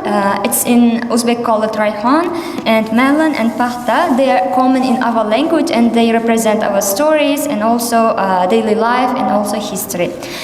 In English, proverbs we more often seek oak, rose, ivy, and apple. They are most common plants in their proverbs. They also represent their history and culture. So, because of these differences, a word-for-word translation can sometimes, like most of the time, can fail. So, there are 4 practical translation strategies that I use. First, proverb-to-proverb substitution. If the target language already has a proverb, it's the same message, I use that proverb. So as I mentioned before, you reap what you sow. So we have the same substitution proverb in Uzbek. And second, image substitution. So we can swap culture bound flora for target culture flora. So as I mentioned before, original plant name, for example, if it is in Uzbek chinar, we can swap it with oak, English. So next one is explicitation. I keep the original plant image, but I add a short explanation such as basil as a symbol of purity in Uzbek traditions, so the audience understand the cultural meaning. Fourth, metaphor maintenance, and so if the plant image is easy to understand in both cultures, I keep it. For example, the rose and thorn and sowing and reaping images are clear in both languages. So next one is short one-sentence notes for several plants that appear in these proverbs and how I handle them in translation. So I can show you some examples. This one. Not this one. So that's the second. Yeah. Here we will start with rose. In both languages, a rose represents beauty and thorn represent danger. So this proverb can be translated directly and stays strong. So next one is basil. In Uzbek we call it rayhan, and rayhan usually in Uzbek culture like suggests purity and grace. English doesn't use basil that way. They may use lilac or other flowers to let's say represent this phenomenon. And next one is we have like very traditional plant. This is cotton, and it represents hard work, national icon, and also cleanliness. English audience may need context or more general wording about effort and to translate it into their own language. So next one is melon, and melon in Uzbek culture represents sweetness, seasonality, and reward after waiting. English may use different fruits, so I keep melon with a brief gloss or just switch to fruit to signal that, let's say, reward. Next one is oak. So oak suggests in English strength and endurance. It can function like Uzbek tenor in many contexts. So next plant is ivy. In English, ivy can suggest clinging and loyalty. However, it is less common in Uzbek, and that's why I may explain briefly or choose another plant. So next one is apple. Like we have lots of let's say proverbs that include apple in English, and oftenly like apple signals lineage, doesn't fall far from tree. For example, in Uzbek I use a natural expression and try to briefly explain the same meaning with different image. So the same with chinar. It's called Oriental Plain in English. In Uzbek, chinar is respected and shade-giving, and also linked with strength and power, or also protection. So in English, oak can be functional stand-in. So to make translation choices easier, so I use a simple step-by-step process. First, I identify the main lesson and the feeling of the proverb. Is it a warning? Is it an advice or compliment?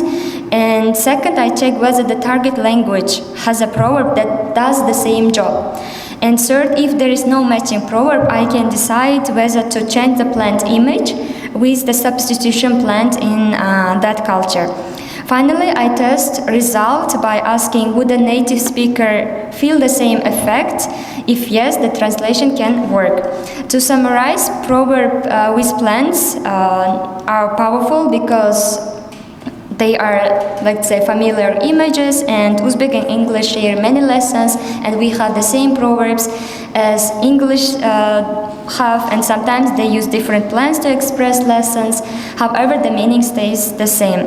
When we translate, our job is to keep the lesson, the tone, and the cultural importance, and not necessarily the exact words. I end with 3 practical tips. First, I always listen for the purpose of the proverb. If it meant to warn, the translation must still warn. Second, respect the plant and matter in each culture. If you change the plant, make sure the new plant carries the same meaning for the new practice. So third, do not be afraid to add one short phrase of explanation. A single line can keep the proverb's meaning alive. So thank you very much for your attention. I hope this simple overview shows you plants can connect cultures, and also through languages we learn more about culture and the traditions of another countries. So here are references that I used from different authors, and yeah, that's it. Thank you very much.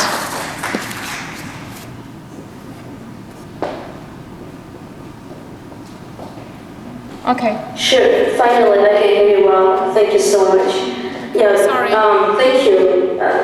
Yeah. First of all, congratulations with coming up event like the day for translators, interpreters day. Am I audible well? And I would like. Yeah. Thank you so much.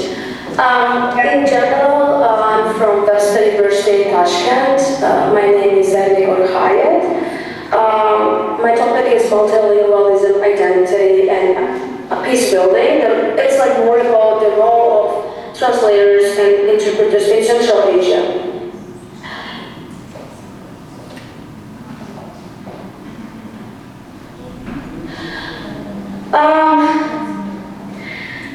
Today I'm going to talk about why multilingualism matters in Central Asia, a link between language, identity, and social cohesion, and translators and interpreters as cultural mediators. When it comes to identity and language, it's very connected to each other, and based on the language, we can say that language is a marker of identity and belonging.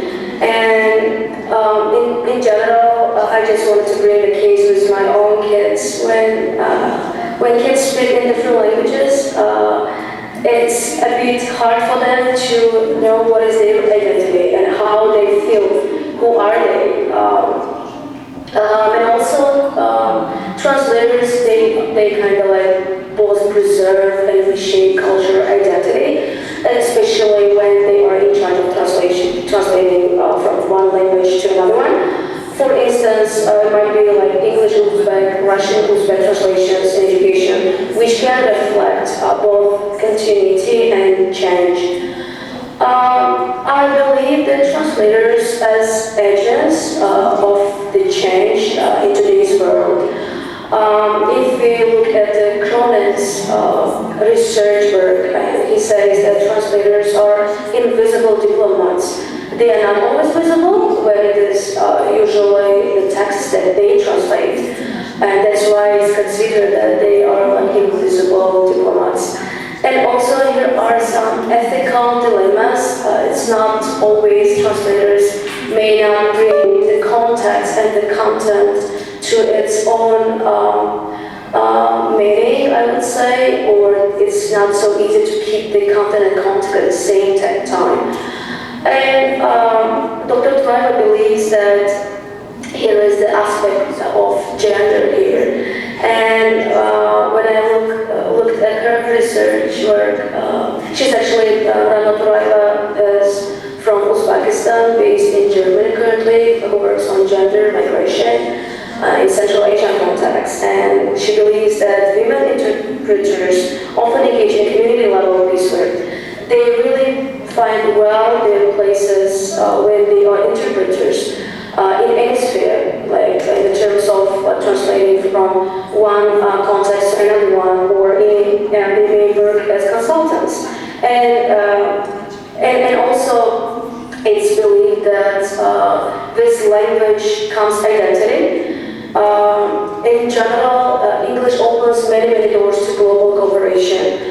We know Kazakhstan has trilingual policy of the language, and they basically use all three languages very well in current, I would say, economical and sociological position of the country in this world. English is mostly they use for global integration, education, and the economy. Besides, in Uzbekistan, we have, based on the reforms, we have different organizations who strive for English. They have British Council, American Embassy, and any UN-based projects like UNDP, UNESCO, and some more. We actually recently, one of my projects with UNESCO and Ministry of Public Education, Preschool and Public Education.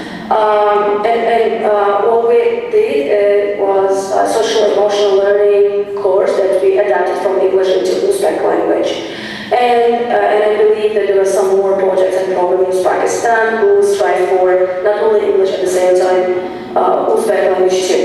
And also English, we have more educational institutions, including high schools, elementary schools, and higher schools for English medium instruction.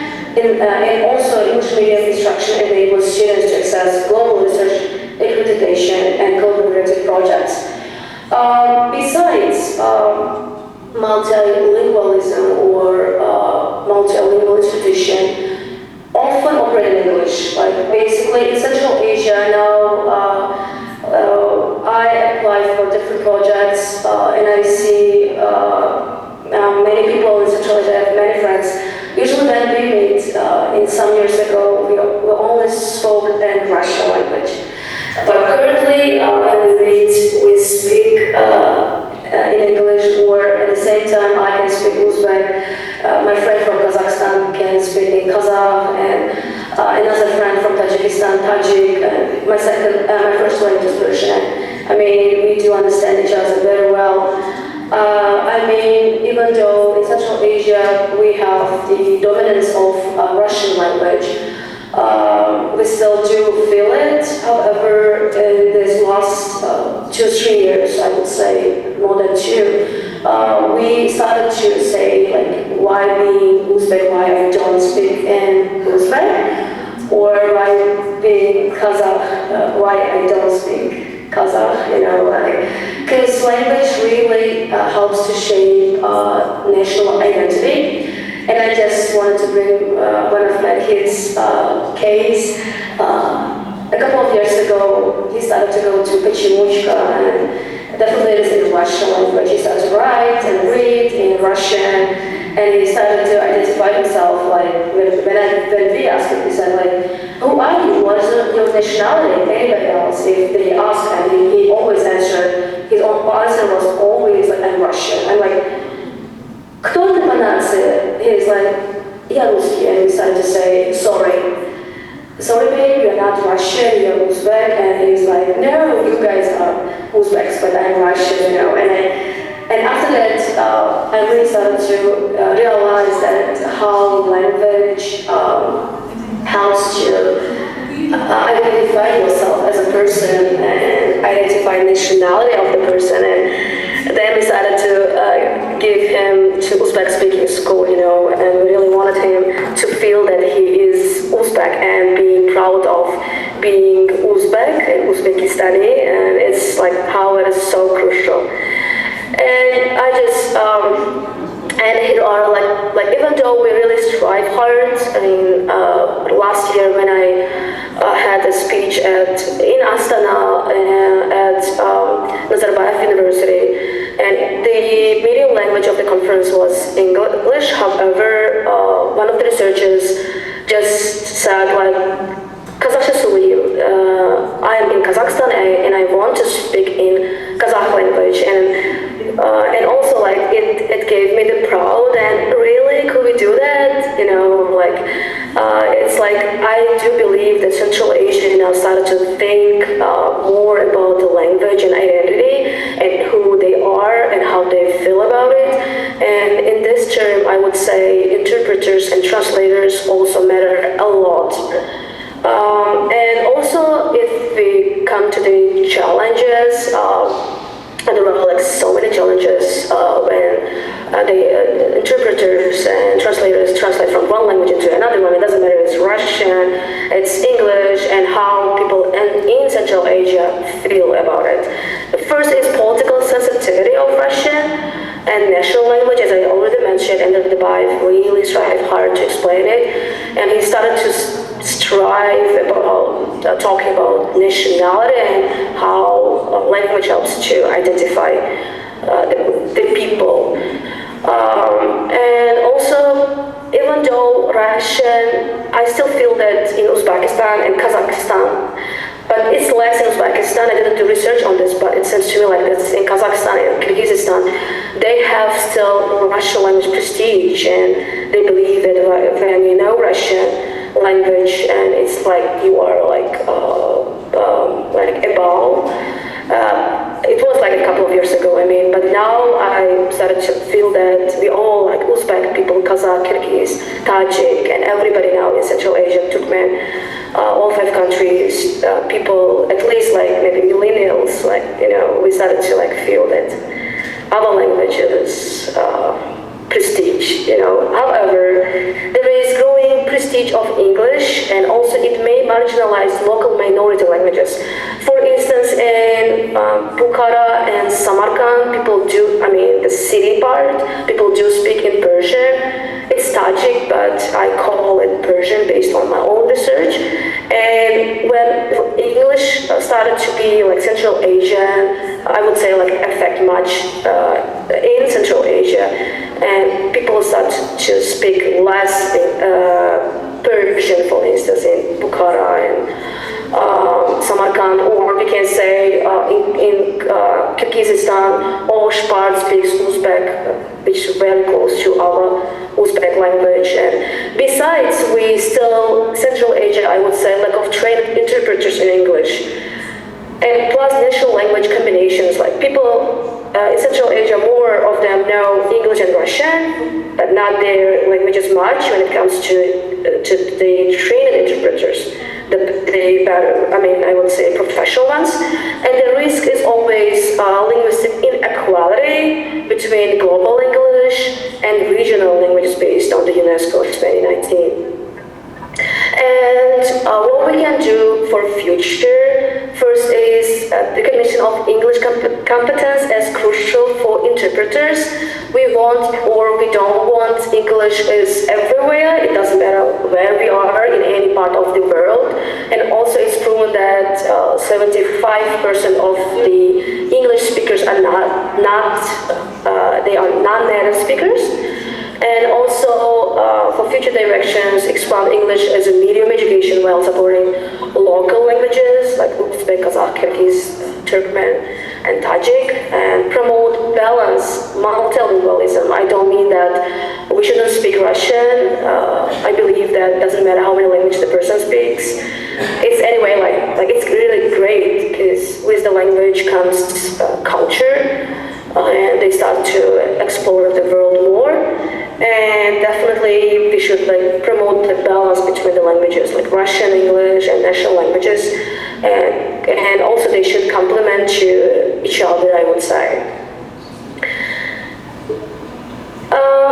When it comes to the conclusion, the first is language really helps us to have peace building. Like translators and interpreters are vital actors in peace building across the Central Asia and multilingual society, and they negotiate identity. They trust, inclusion, and multilingual societies. And as I mentioned, when the person learns one language, it starts to explore the culture, and also when you know the language of the country that you're going to have business, you can do the business very well. For instance, my second language at the university was Korean, and while learning Korean, we dive deeply to to culture. I think it's almost time, right? Okay. I'm so sorry. That's it, I think. Ms. Danigori, yes. Thank you. You're on time because we have another participant. Yeah, thank you so much for us. Thank you so much. Next. Thank you. Miss Nasiba Jakbarova, are you here? Can you hear me? Yes. Yes. Yes. Hi, good afternoon, everybody. Let me share my screen. Once more, good afternoon, everybody. And I'm very happy to be part of this community. And I want to just summarize the ideas which were taught before the presenters before me. Today I would like to focus more about the local intercultural communication and translation. And here we know that everybody focus on mostly when speaking with the other nation member. We have to also pay attention to the cultural nuances of this nation, because if we ignore these nuances, we will not communicate successfully.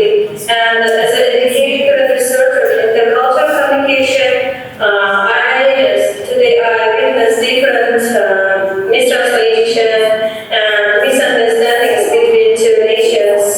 And today, as a teacher, I want to just suggest you some key points about dealing with the problems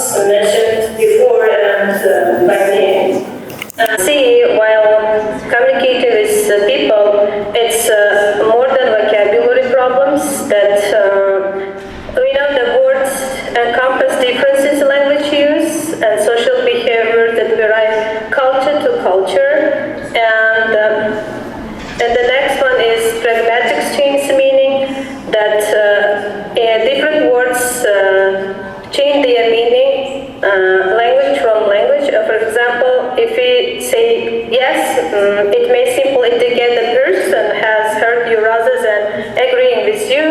And these kind of things affect our communication outcomes, and your partner may have some misunderstandings if the person doesn't know about cultural nuances of this nation. And here, another thing is here, cultural norms and communication style. We know that Western and Eastern world has different cultural communication styles, that some cultures prefer direct speech while others prioritize harmony, which can lead to misunderstandings in each intercultural interaction. And next one is impact of power dynamics. The minority speakers feel vulnerable, inhibiting their ability to communicate freely and effectively. For example, if a person has lack of intercultural knowledge, they cannot feel free while communicating with a member of another nation. And we know that body language and cultural interpretation also can cause some problems while understanding the message sent from happening between two people. And we know that body language conveys varying meanings across cultures, and misunderstandings can occur if these non-verbal cues are interpreted through a single cultural lens. And forms and rules in communication often reflect the assumptions of one culture, potentially alienating others who don't share the same familiar or temporal structure. And importance of cultural signals, this should be like accurate translation is not enough. Especially translators and interpreters should be aware of the cultural norms of the country, of the nation before the message between two people. And because translators play a vital role making the bridge between two countries. And we know that people can forgive language mistakes, but they can be uncomfortable if they witness some misunderstanding while communicating with each other. Here you can see the examples where understanding or miscommunication can cause different problems in their life. And here I would like to suggest some answers to the problems, like how we can overcome the challenges and how we can make our communication successfully. The first one I would like to say about the 3-minute briefing. It's when we implement the 3-minute briefing, it can help clarify meeting goals and share important cultural cautions, setting the stage for effective communication. Like before starting the communication or meeting or some event, the participants should be aware of not only the knowledge of the language, but also they should have some points about the cultural norms of the nation. And clearly stating the purpose of a meeting can guide participants' choices and streamline the discussion, ensuring everyone is aligned. Yes, before starting the meeting or communication, participants should state the purpose, the aim, clearly to make the communication, to make the event more successful. And incorporating a plain language, pause, tricky terms, ensuring that everyone has the same understanding before proceeding. And short interpreter notes, that if we provide short interpreter notes, they can maintain neutrality in communication, allowing for clear understanding without bias. And mirror ambiguity, when speakers are vague, this helps maintain clarity, indicating that the message is not fully defined yet. And cultural agents can effectively explain key norms to participants, fostering better cultural understanding and communication. And leaf glossaries, they can enhance understanding by providing contextual definitions, making terms clear for everyone involved. And establishing turn-taking rules helps improve communication flow by allowing each participant to contribute without interruptions. And quick bias check also very helpful. If you conduct a quick bias check, we can ensure fairness in communication, prompting individuals to reflect on their assumptions. And using technology with guardrails can enhance preparation and efficiency while protecting privacy and confidential information.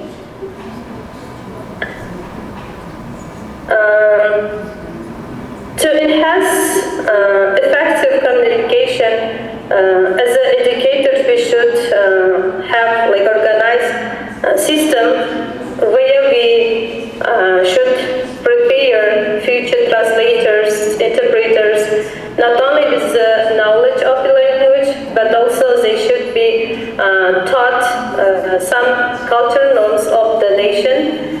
And they should learn, and they should be aware of real-life situations, like during the sessions or like while teaching them, we should use more practical activities like taking from authentic real-life examples. That when they go the real situation, they may feel free and they can just now have to solve the problem. Sorry for disturbing. But we have left only 2 minutes. Could you please conclude? Okay. Thank you. Okay. As I said before, this topic of the conference is very crucial in today's world, and if we use the knowledge getting from this conference and prepare the translators for the globalized world, we will have success. And I would like to thank everybody that shared his or her experience with us, and thank you for everyone. Thank you so much.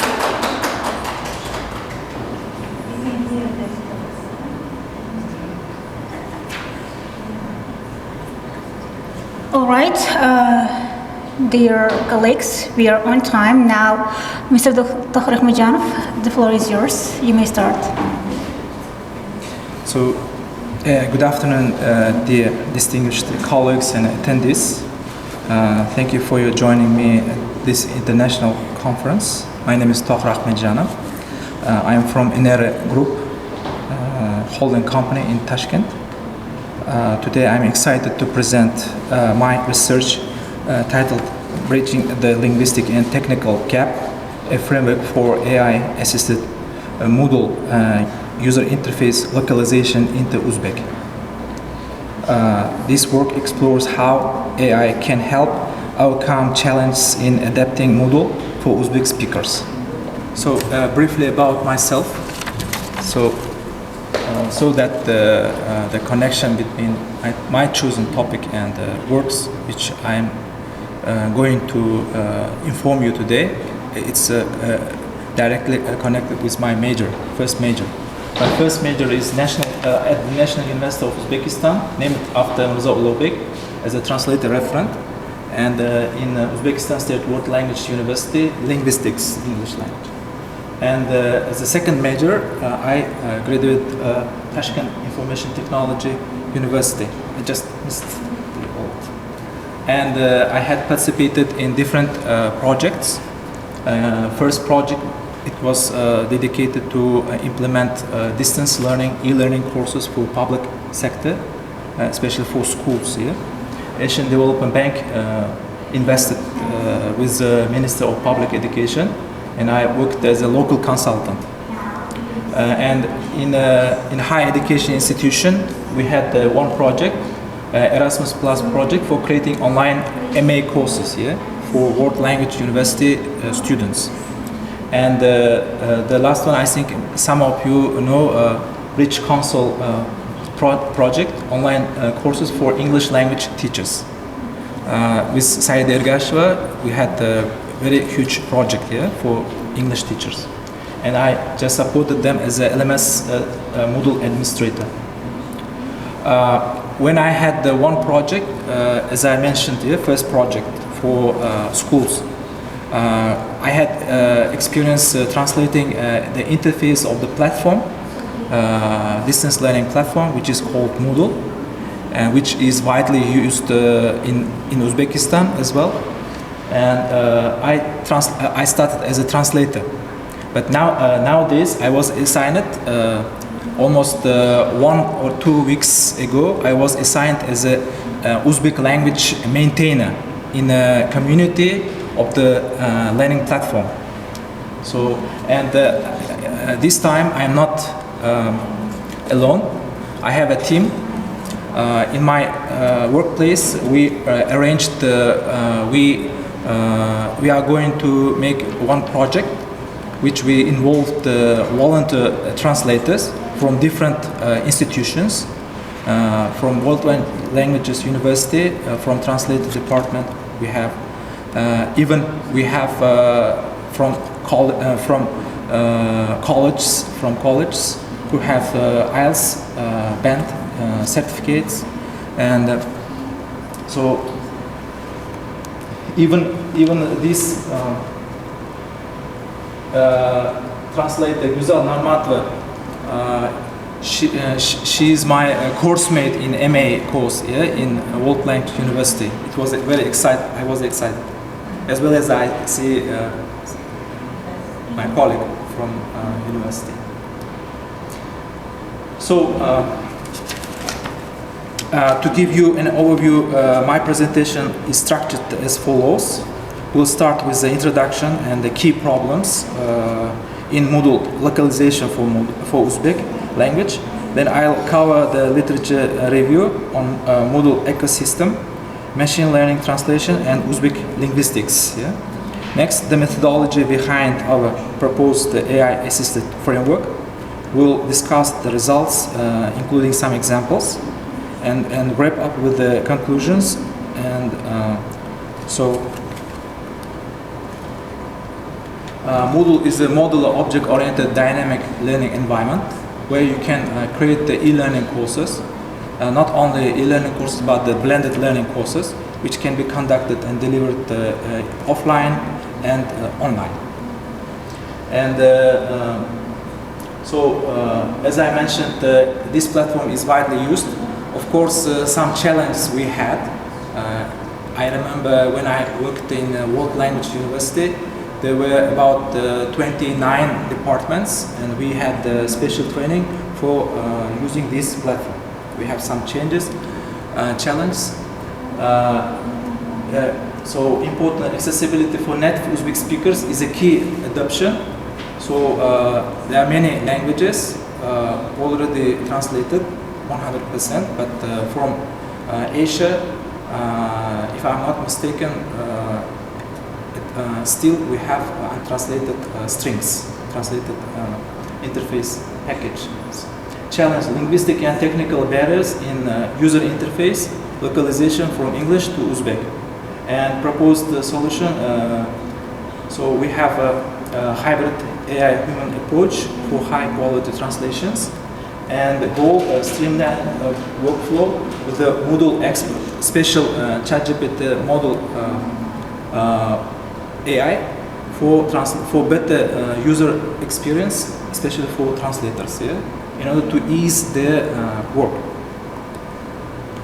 So I have a question here. When you talk about the localization from our daily life, what things you can do? Here is some example, yes? When you buy one medicine, there is a manual inside or a sheet of paper in different languages how to use, when to take the pills, yes? When and for whom you cannot take, and etc. Yes? Prerequisites. And or when you buy some device which is unusual for you, you haven't used before, and of course you will look in manual which are in different languages. If you see your own language, you are very lucky because you will understand well, even if you are not a technical person, yes?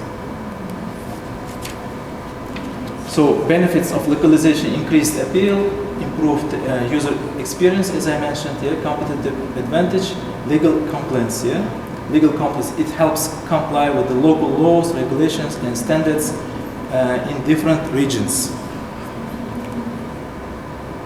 So key challenge in localization, we had even when we started the project, as I mentioned, some of translators, they are not officially translators, but we call them translators because they had started translating after several training sessions.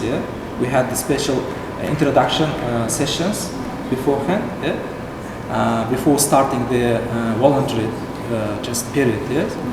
About one or 2 months we recommended to pass the voluntary period, and at the end of the voluntary activities they will receive the recommendation letter from our company. And even if they are student and they are from translation department, for instance, we can also provide, we can just cover, or how to say, officially approve their translation officially. They have special daily book, I think, if I'm not mistaken, we can provide.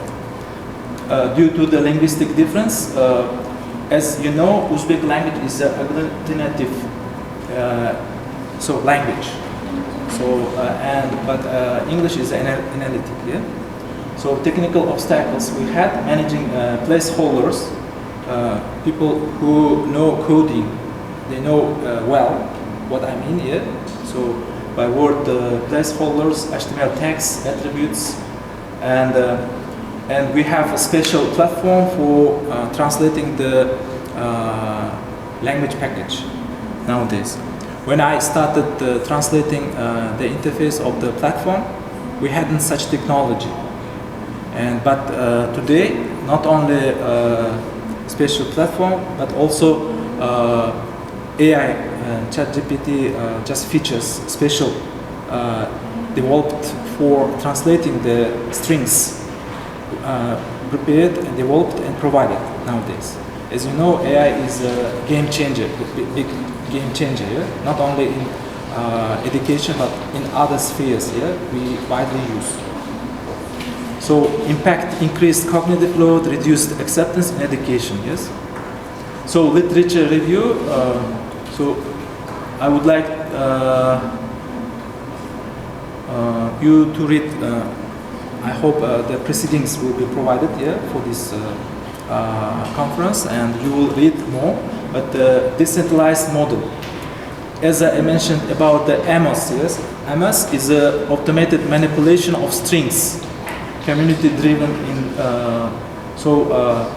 There is a community, as I mentioned, Moodle.org, where Moodle and all features are provided, and all different kind of users of platform.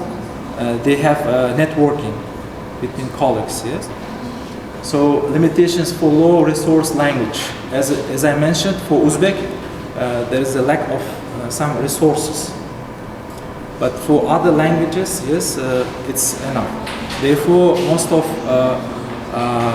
German family languages already have translated into their own languages, 100%. For example, German language, or even Russian language from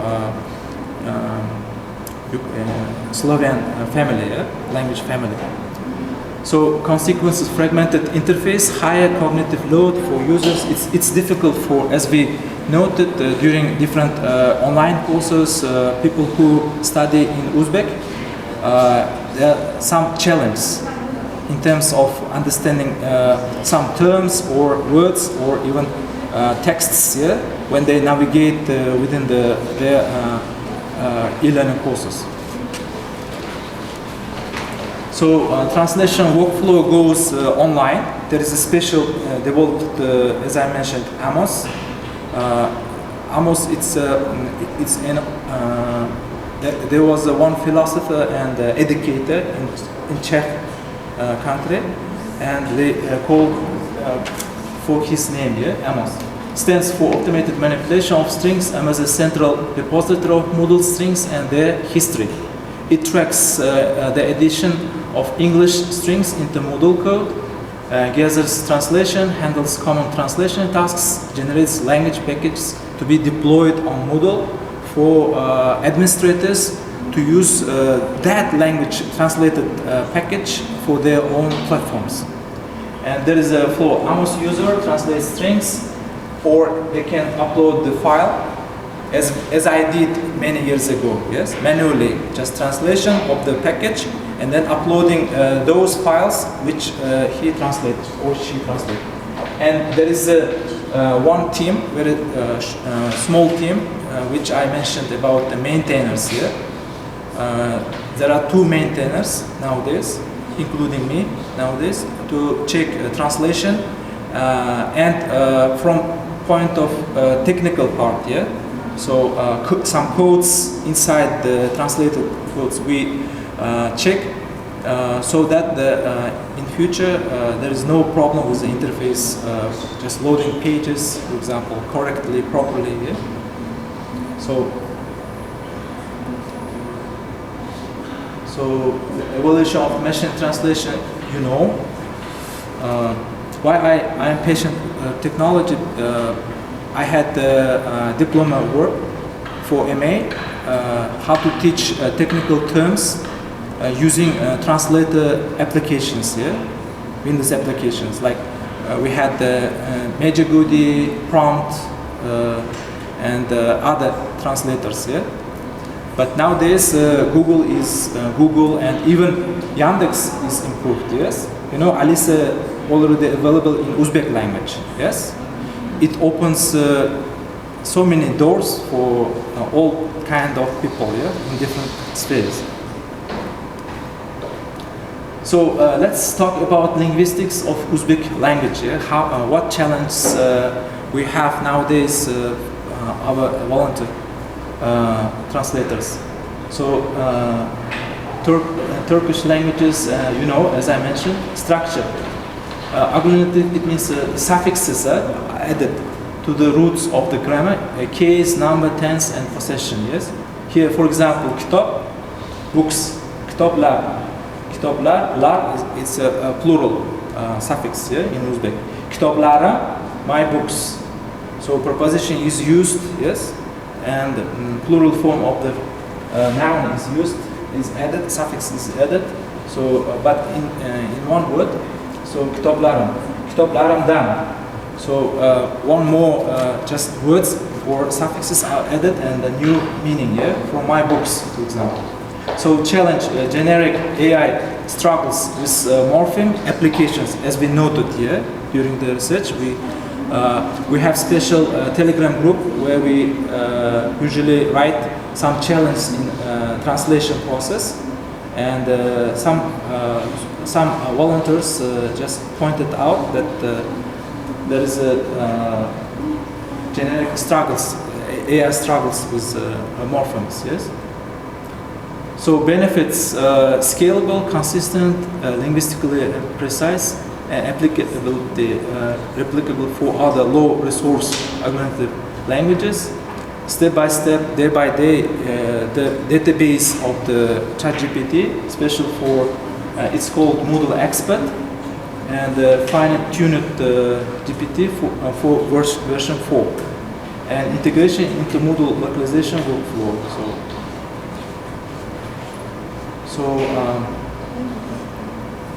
Fine-tuned large language model based on this, and training data parallel corpus.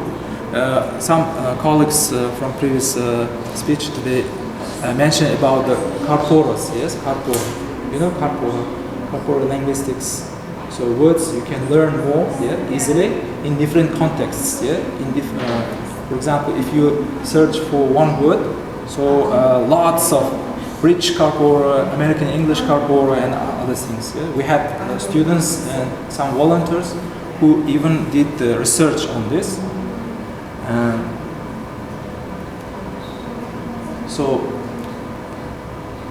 So prompt structure is very important in AI, as you know. Yeah. For example, even you can make a cartoon. Yeah. In a short of period, you can make a cartoon if you write the prompt well. So, for Moodle Expert AI, already just included some prompts, and just you can ask, for example, translate some strings, yeah? Including the ID, the version of the platform, and the string itself. You can copy and paste from, there is an Amos platform where you can see from on the left, for example, original text, original strings, and each field has just field for Uzbek translation.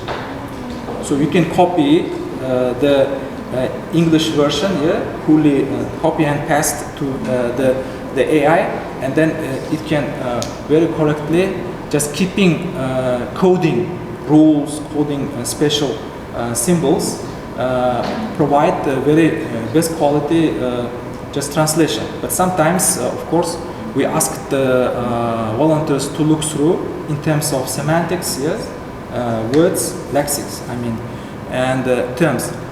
In order to make better translation, we also provide our volunteers 150 special official glossary we prepared together with maintainer Jahangir Khajakhanov from Uzbekistan, also assigned as a maintainer of the Uzbek language package.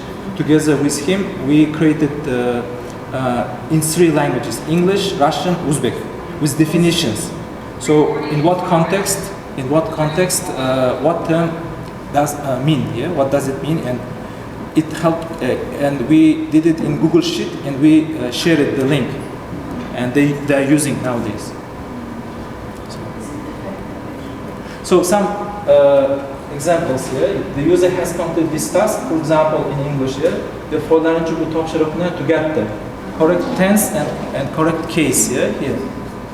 Your courses have been updated. Here, kurslaringiz yangilandı. Updated, yangilandı. Proper possessive and plural agreement here. So benefit reduces errors from linguistic differences here. But as I mentioned, from point of Uzbek language, of course, each translator should be attentive and check before sending the translation to the maintainers. So we were logged in, and special codes like this, as I mentioned, yes, I already mentioned. So, or keeping some HTML text, for example, bolding some words or terms here in translation. So they should keep, otherwise, even if you delete and as a maintainer, if I approve, for example, translation here, and then in future, the database of the language package will be updated globally, not only for Uzbekistan, for all people here, and who will use the language package, even sometimes on a page where you just deleted the bracket or some symbols coding, for example. Even one page cannot be displayed, for example, blank page, they see only. In order to avoid this, we have special training for our volunteers, and we give some examples before they start their practical work as a volunteer. So ensure seamless user interface and updates. So here I would like to, as a result of 2 months work together with our volunteers here, so Uzbek language package got 41% out of 100. It's more than 13,000 strings here. Do you see here? Sorry, Kyrgyzstan. So about 10 countries here, 10 languages here. So when we started work with our volunteers, we were under the Kyrgyzstan. 26% also they had, but only 1% they added some translated strings. But we are here, and the Tajik, our neighbors here, they are ahead of us. So soon it's 2 months work. More than 6,500 strings here we have already translated, and I think from your students here we can also enrich our team members of volunteers. So what?